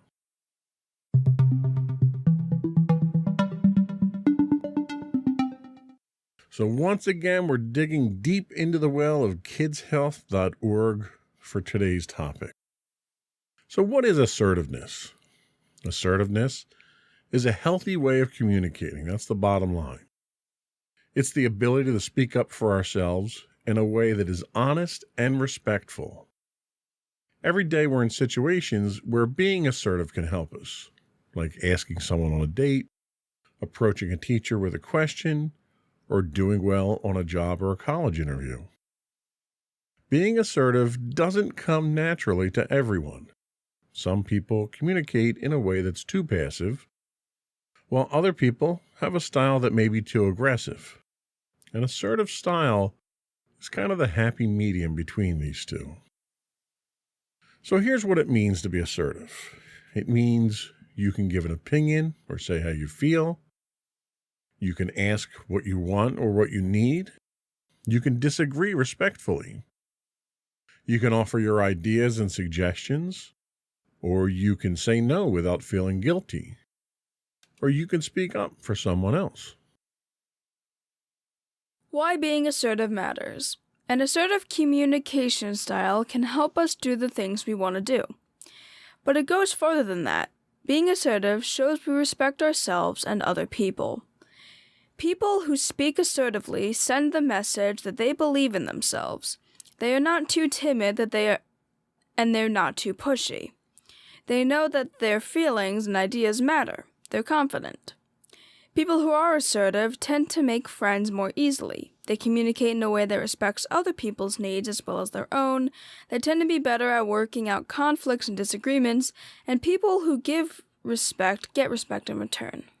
So on a scale of 1 to 10, 10 being very assertive, 1 being not very assertive, where do you think you fall on that scale?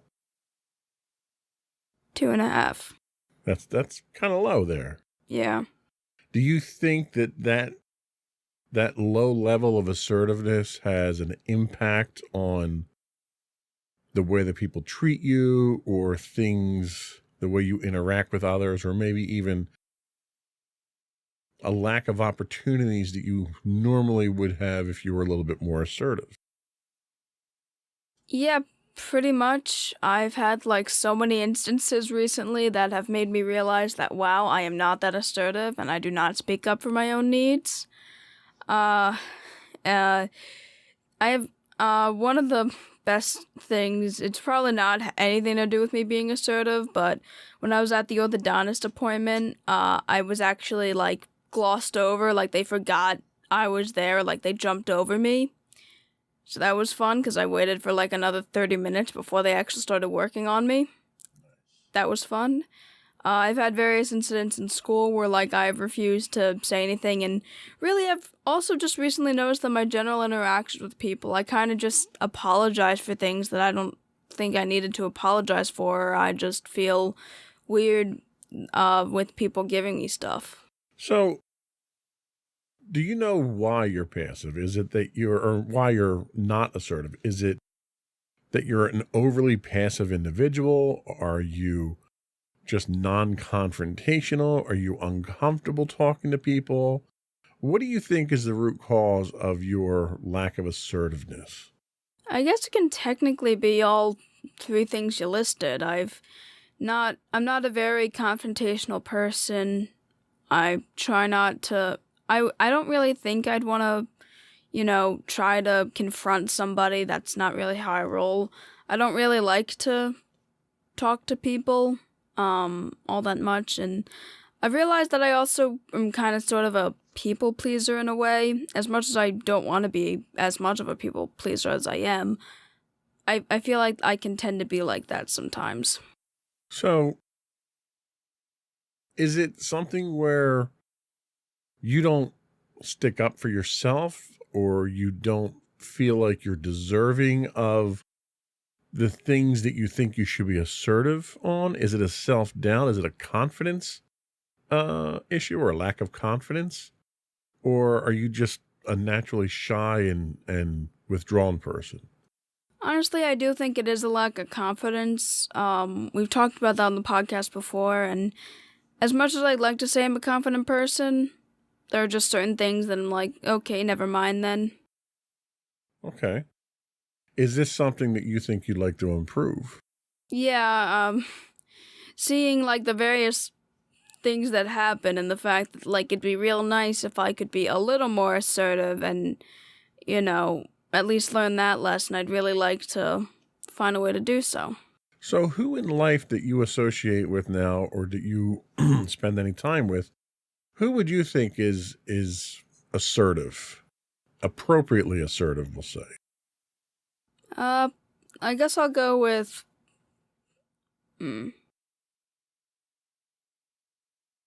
I'll go with you. Okay. At some points. All right, you got to qualify that. Well, thing is, you're a very assertive person and you don't like it when, like, you don't feel like you're being treated right. And, like, you've told Mommy and I in certain instances where if we're not being treated right, you gotta stick up for yourselves or I'm gonna do it. So that's a very good point. So do you think it's appropriate to be assertive, or do you think it's inappropriate to be assertive? Well, I guess it depends on the amount of assertiveness and, like, the level of appropriateness when it comes to it, because it's like, in certain things, yeah, I wish I would say more stuff because it's like, it's an issue that I feel could be solved, so if I actually spoke up about it, it'd be fixed. But then when it comes to, like, more extreme levels of being assertive and immediately saying my way, then, like, I could come off being more aggressive, and I could be seen as being the bad guy in the situation. Well, so you had a very good situation last year in school where assertiveness had a surprisingly positive effect for you. And we talked about it on the podcast before. So you had a substitute in one of your classes, and the substitute said something that was gender inappropriate, we'll say. And that bothered you. And you were assertive in that disgruntled nature. Tell us about that. You know the one I'm talking about. Yeah. Talk about that for a little bit and tell me how it felt when you were, when that assertiveness kicked in for you. Why did it kick in then, but it doesn't other times? And what was the ultimate outcome? Was it what you thought it was going to be? Well, basically what ended up happening was, I got uncomfortable with the idea, and when my teacher was back, I kind of let them know because it was bothering me, and, you know, they were very supportive and on my side and were willing to let me, go, and were willing to, like, try to make a difference about it. So I was called down to the office, and basically we talked about the incident, and I, like, wrote something down. So, you know, there was some progress from it. So what caused that assertiveness in that case? Was it Mommy and Daddy you came home and told us about it? Was it me being overly assertive and telling you to do something about it? Or was this something that you took the initiative on yourself? I guess it was kind of both. I was kind of motivated by when I told you and what you told me to do, and then it was kind of just like I decided to finally do it on my own. And were you pleased with what that outcome was? Yeah. I was, yeah. How did you feel when you exercised that assertiveness? Well, I guess I felt good because, you know, I was finally able to, like, stick up for something, and, you know, I felt good afterwards. Yeah, and I think, if nothing else, the important lesson to be learned from that specific example is you have a right to those feelings. You have a right to be respected. You have a right to be treated right, to be treated well. And if that doesn't happen and someone disrespects you or someone says something that offends you, you have a right to speak up and defend yourself. And yeah, there's a certain amount of confidence that you have to have in order to take that initiative, but you have that right no matter what. So you should never let someone put you in a position like that or disrespect you like that without saying something. And you do it respectfully, like you did in this case here, and you get a positive outcome from that. So it's important to understand that assertiveness is about communication. And, you know, like we said in the read-through, communication with assertiveness through communication is about respect. You know, it's about giving respect, getting respect in return, and assertiveness is kind of the highway to get you to that point. So we're going to take a quick break, and when we come back, we're going to talk about the problems with being too passive. We'll be right back.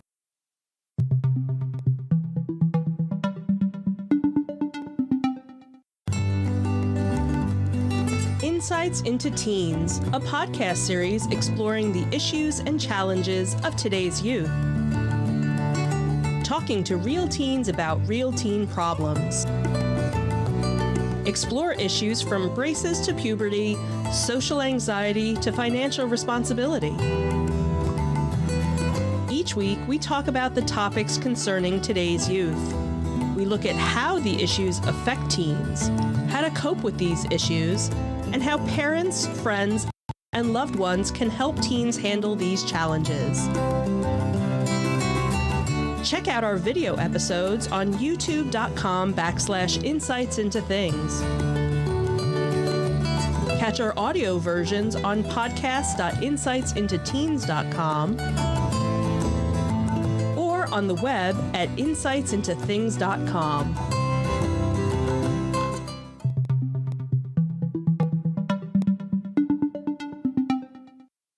Welcome back to Insights into Teens. Today we're talking about assertiveness. And now we're going to talk about the problems of being too passive. So Paula has a style that's too passive. If you ask Paula what movie she wants to see, she's most likely to say, I don't know, what do you want to see? She usually lets others decide things, but later she regrets not saying what she wanted. It bothers her that her friends do most of the talking. But when Paula tries to break into the conversation, she speaks so softly that others talk over her without realizing. People who act too passively often end up feeling taken advantage of. They may begin to feel hurt, angry, or resentful. When you hold back what you think and feel, others don't get to know or understand you as well as they could. The group doesn't benefit from your input or ideas. If you start to feel like your opinions or feelings don't count, it can lower your confidence and rob you of the chance to get recognition and positive feedback for your good ideas. It can even lead to feeling depressed. Now, of course, there's also trouble with being too aggressive. Janine has a style that's too aggressive. Janine has no trouble speaking her mind. But when she does, she comes across as loud and opinionated. Janine dominates the conversation, often interrupts, and rarely listens. If she disagrees with you, she lets you know, usually with sarcasm or a put-down. She has a reputation for being bossy and insensitive. People who come across as too aggressive can find it difficult to keep friends. They may dominate conversations or give their opinions too boldly and forcefully, leaving others feeling put off or disrespected. People with an aggressive style may get other people to do things their way, but many times they end up being rejected or disliked. They often lose the respect of others. So why isn't everyone assertive? So Ben has an assertive style. When you ask for Ben's opinion, he gives it honestly. If he disagrees with you, he'll say so, but in a way that doesn't put you down and make you feel wrong. Ben is interested in your opinion too. He listens to what you have to say. Even when Ben disagrees with you, you can still feel he respects your point of view. Why do some people have assertive communication styles when others are more passive or aggressive? Part of it's just personality. The habits we develop or the experiences we have are another part. But we also learn to be assertive, passive, or aggressive from watching how others act, especially the people who raise us. So here are some things that can influence people to act too passively. And we've talked about a number of these already. A lack of confidence in themselves or the value of their opinions. Worrying too much about pleasing others or being liked.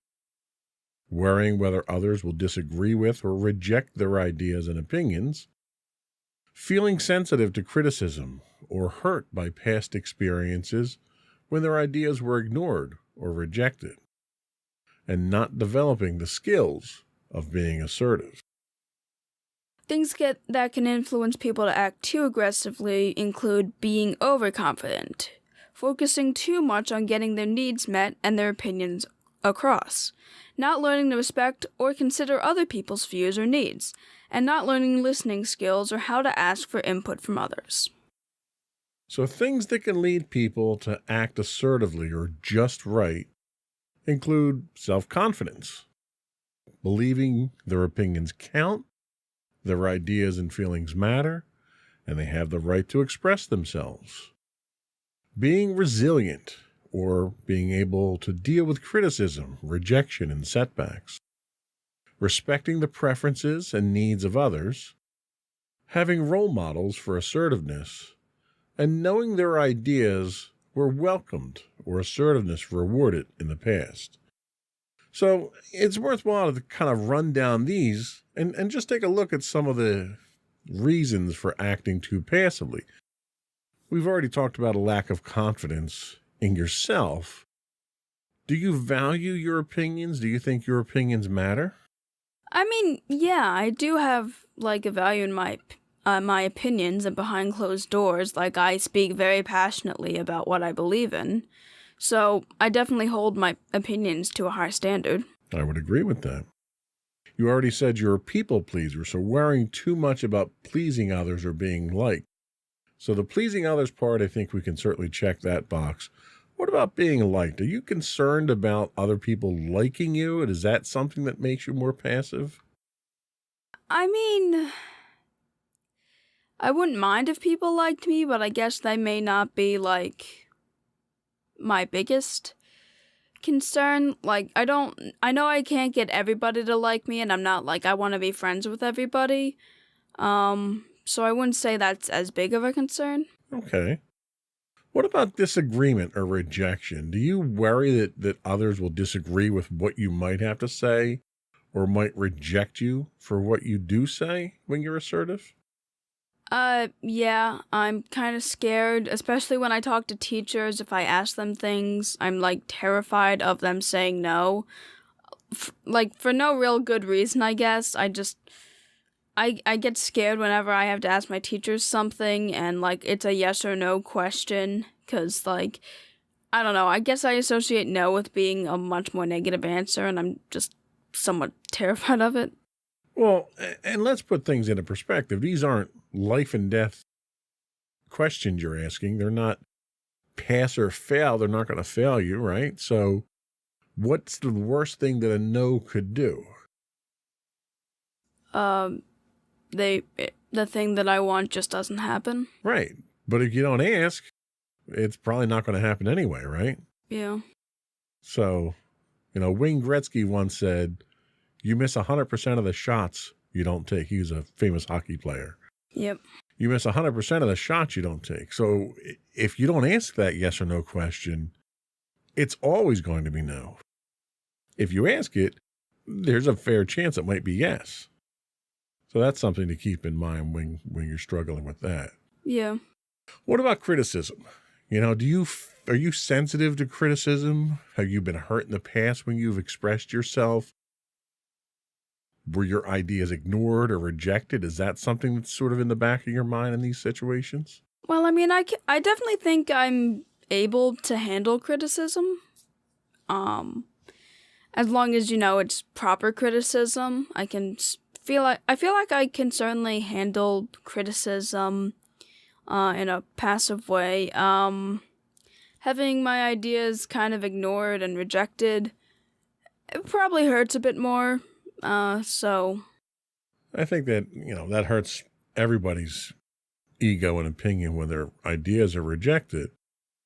But when your ideas aren't even heard and they don't even get a chance to be rejected, how does that make you feel? If like your thoughts, like you have all these great thoughts, you've got this incredibly creative personality and creative brain, and you express that in various ways.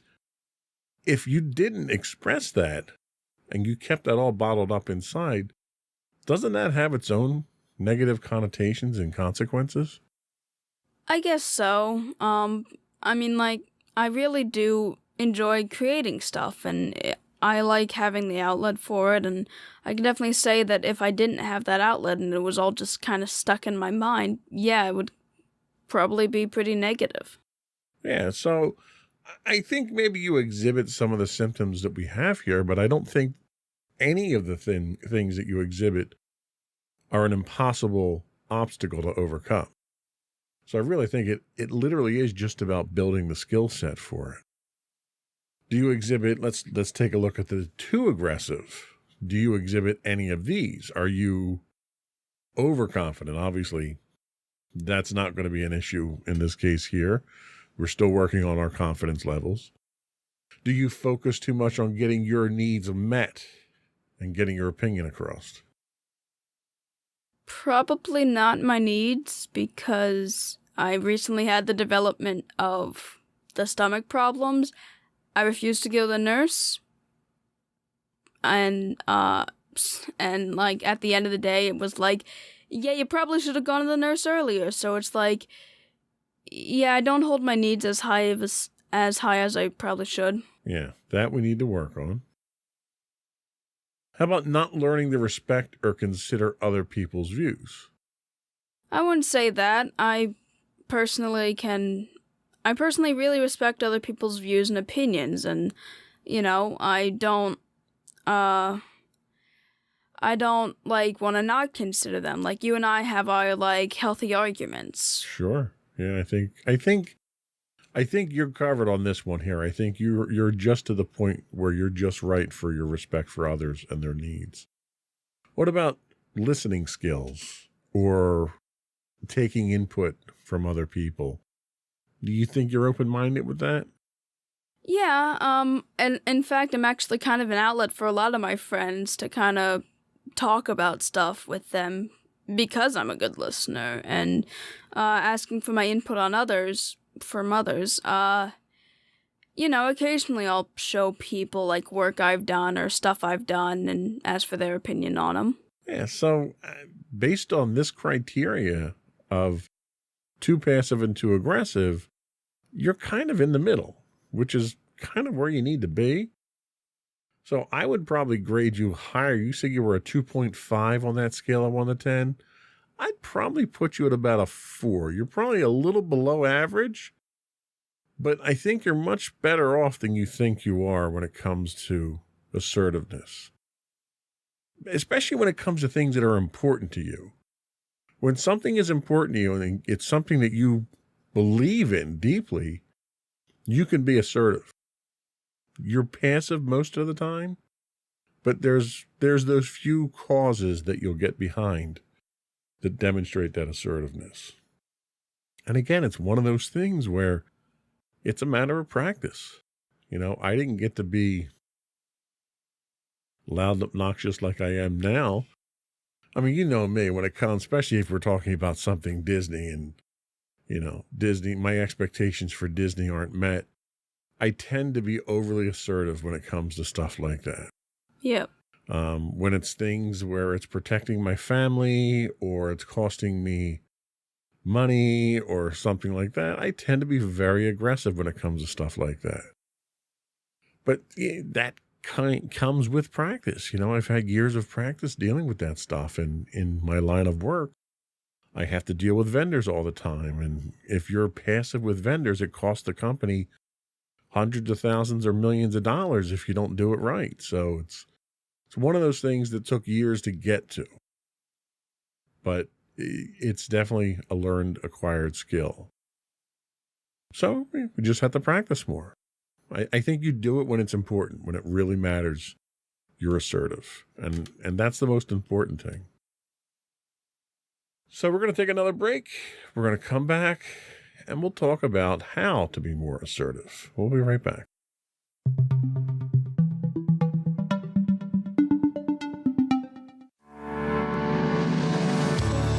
Insights into Entertainment, a podcast series taking a deeper look into entertainment and media. Our husband and wife team of pop culture fanatics are exploring all things from music and movies to television and fandom. We'll look at the interesting and obscure entertainment news of the week. We'll talk about theme park and pop culture news. We'll give you the latest and greatest on pop culture conventions. We'll give you a deep dive into Disney, Star Wars, and much more. Check out our video episodes at youtube.com/insightsintothings. our audio episodes at podcast.insightsintoentertainment.com or check us out on the web at insightsintothings.com.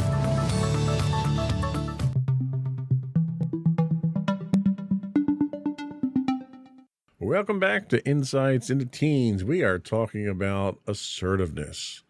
So how can you be more assertive? That's, I guess, the important question here.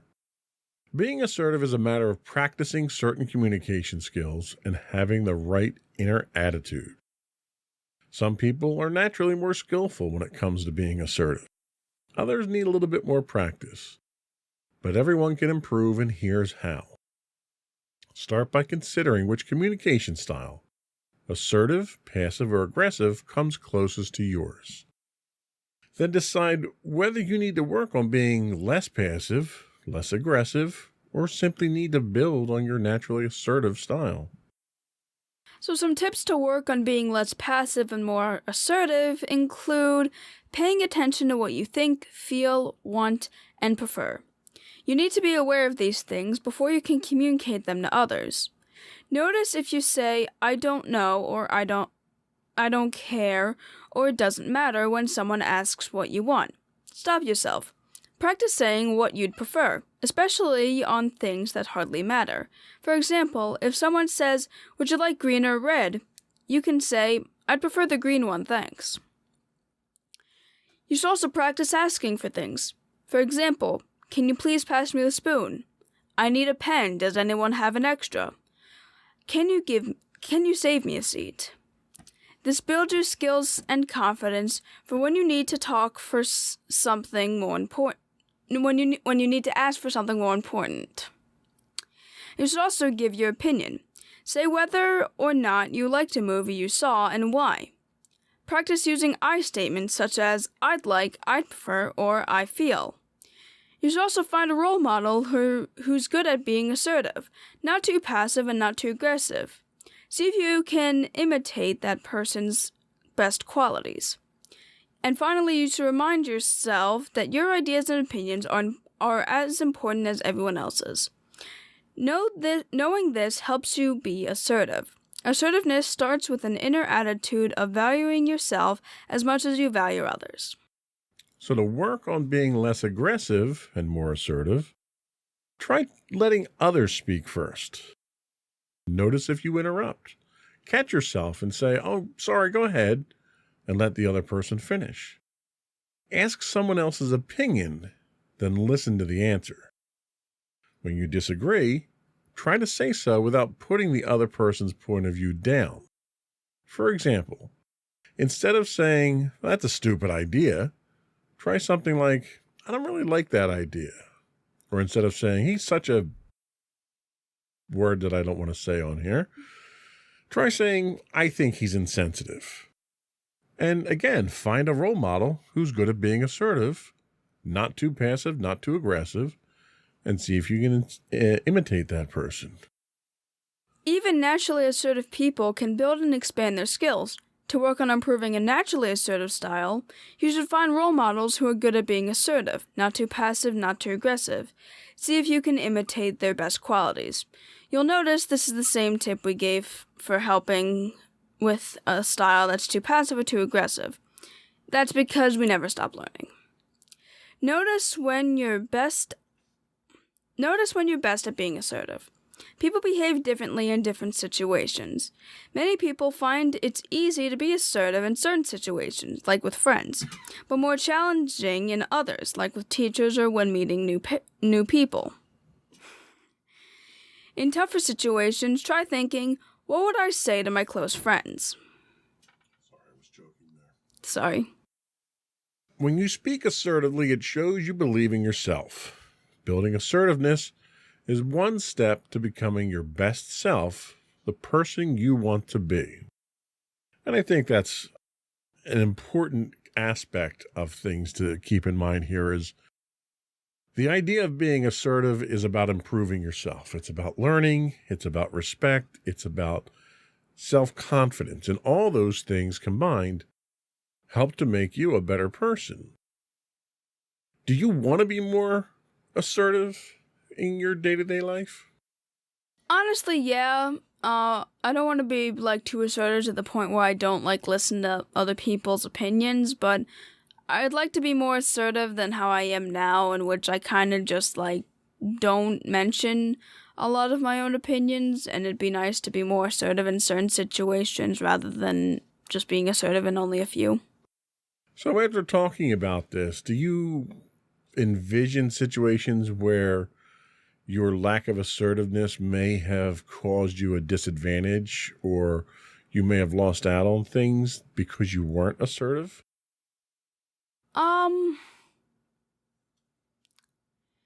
Well, the best example I can think of is even though I technically didn't really lose out too much, but basically what ended up happening was I had a history project. And it was like a big poster. It was going to be due in a week, and we had like a lot of stuff that we had to do for it. And the thing was, it was partner based.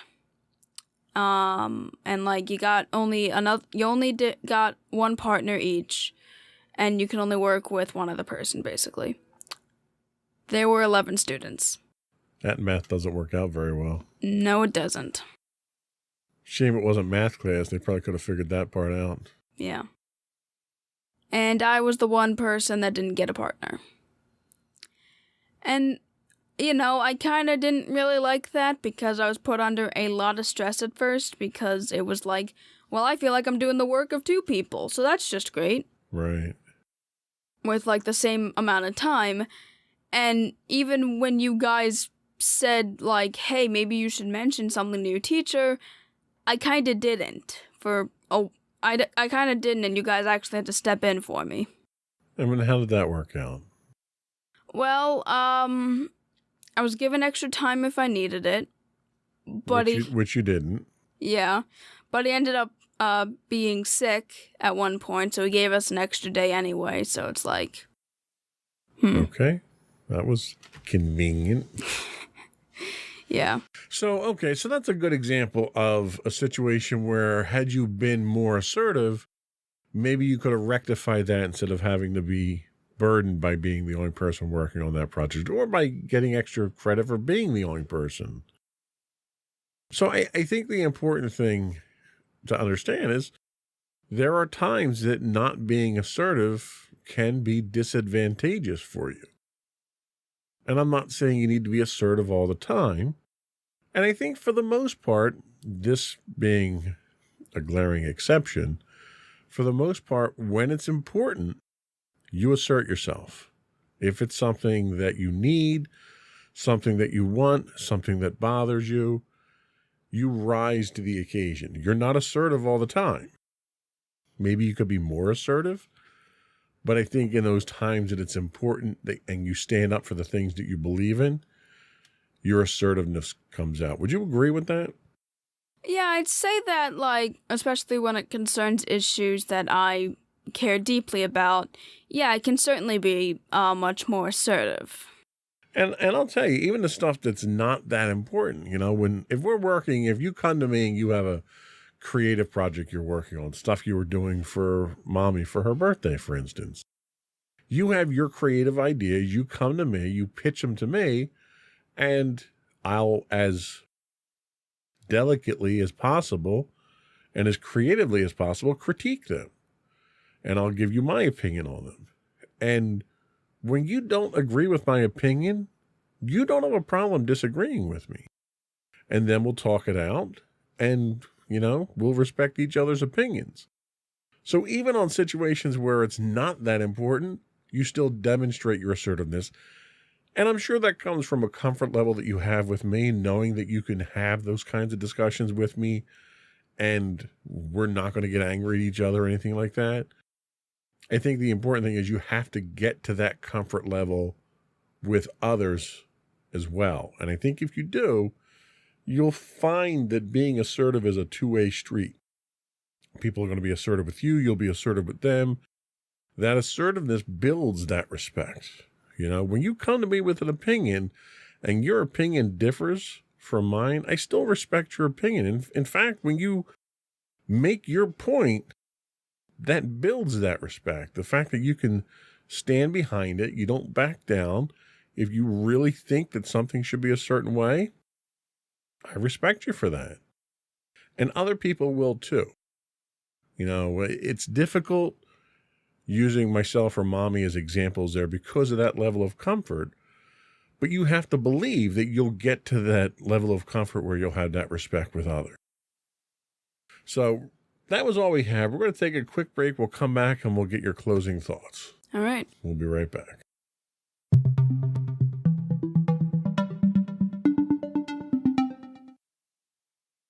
All right, so to everyone out there, I just wanted to say that assertiveness is something that is very important for you personally, and it will really help you throughout your life. It's important that you find a perfect balance, much like everything in life, because, you know, you can't always have it one way or the other. Being too passive could cause you to be stepped on, could cause you to never be able to have your ideas expressed thoroughly, and thus you're always going to be unsatisfied. Being too aggressive could cause you to not consider other people's opinions and could cause other people to lose respect in you.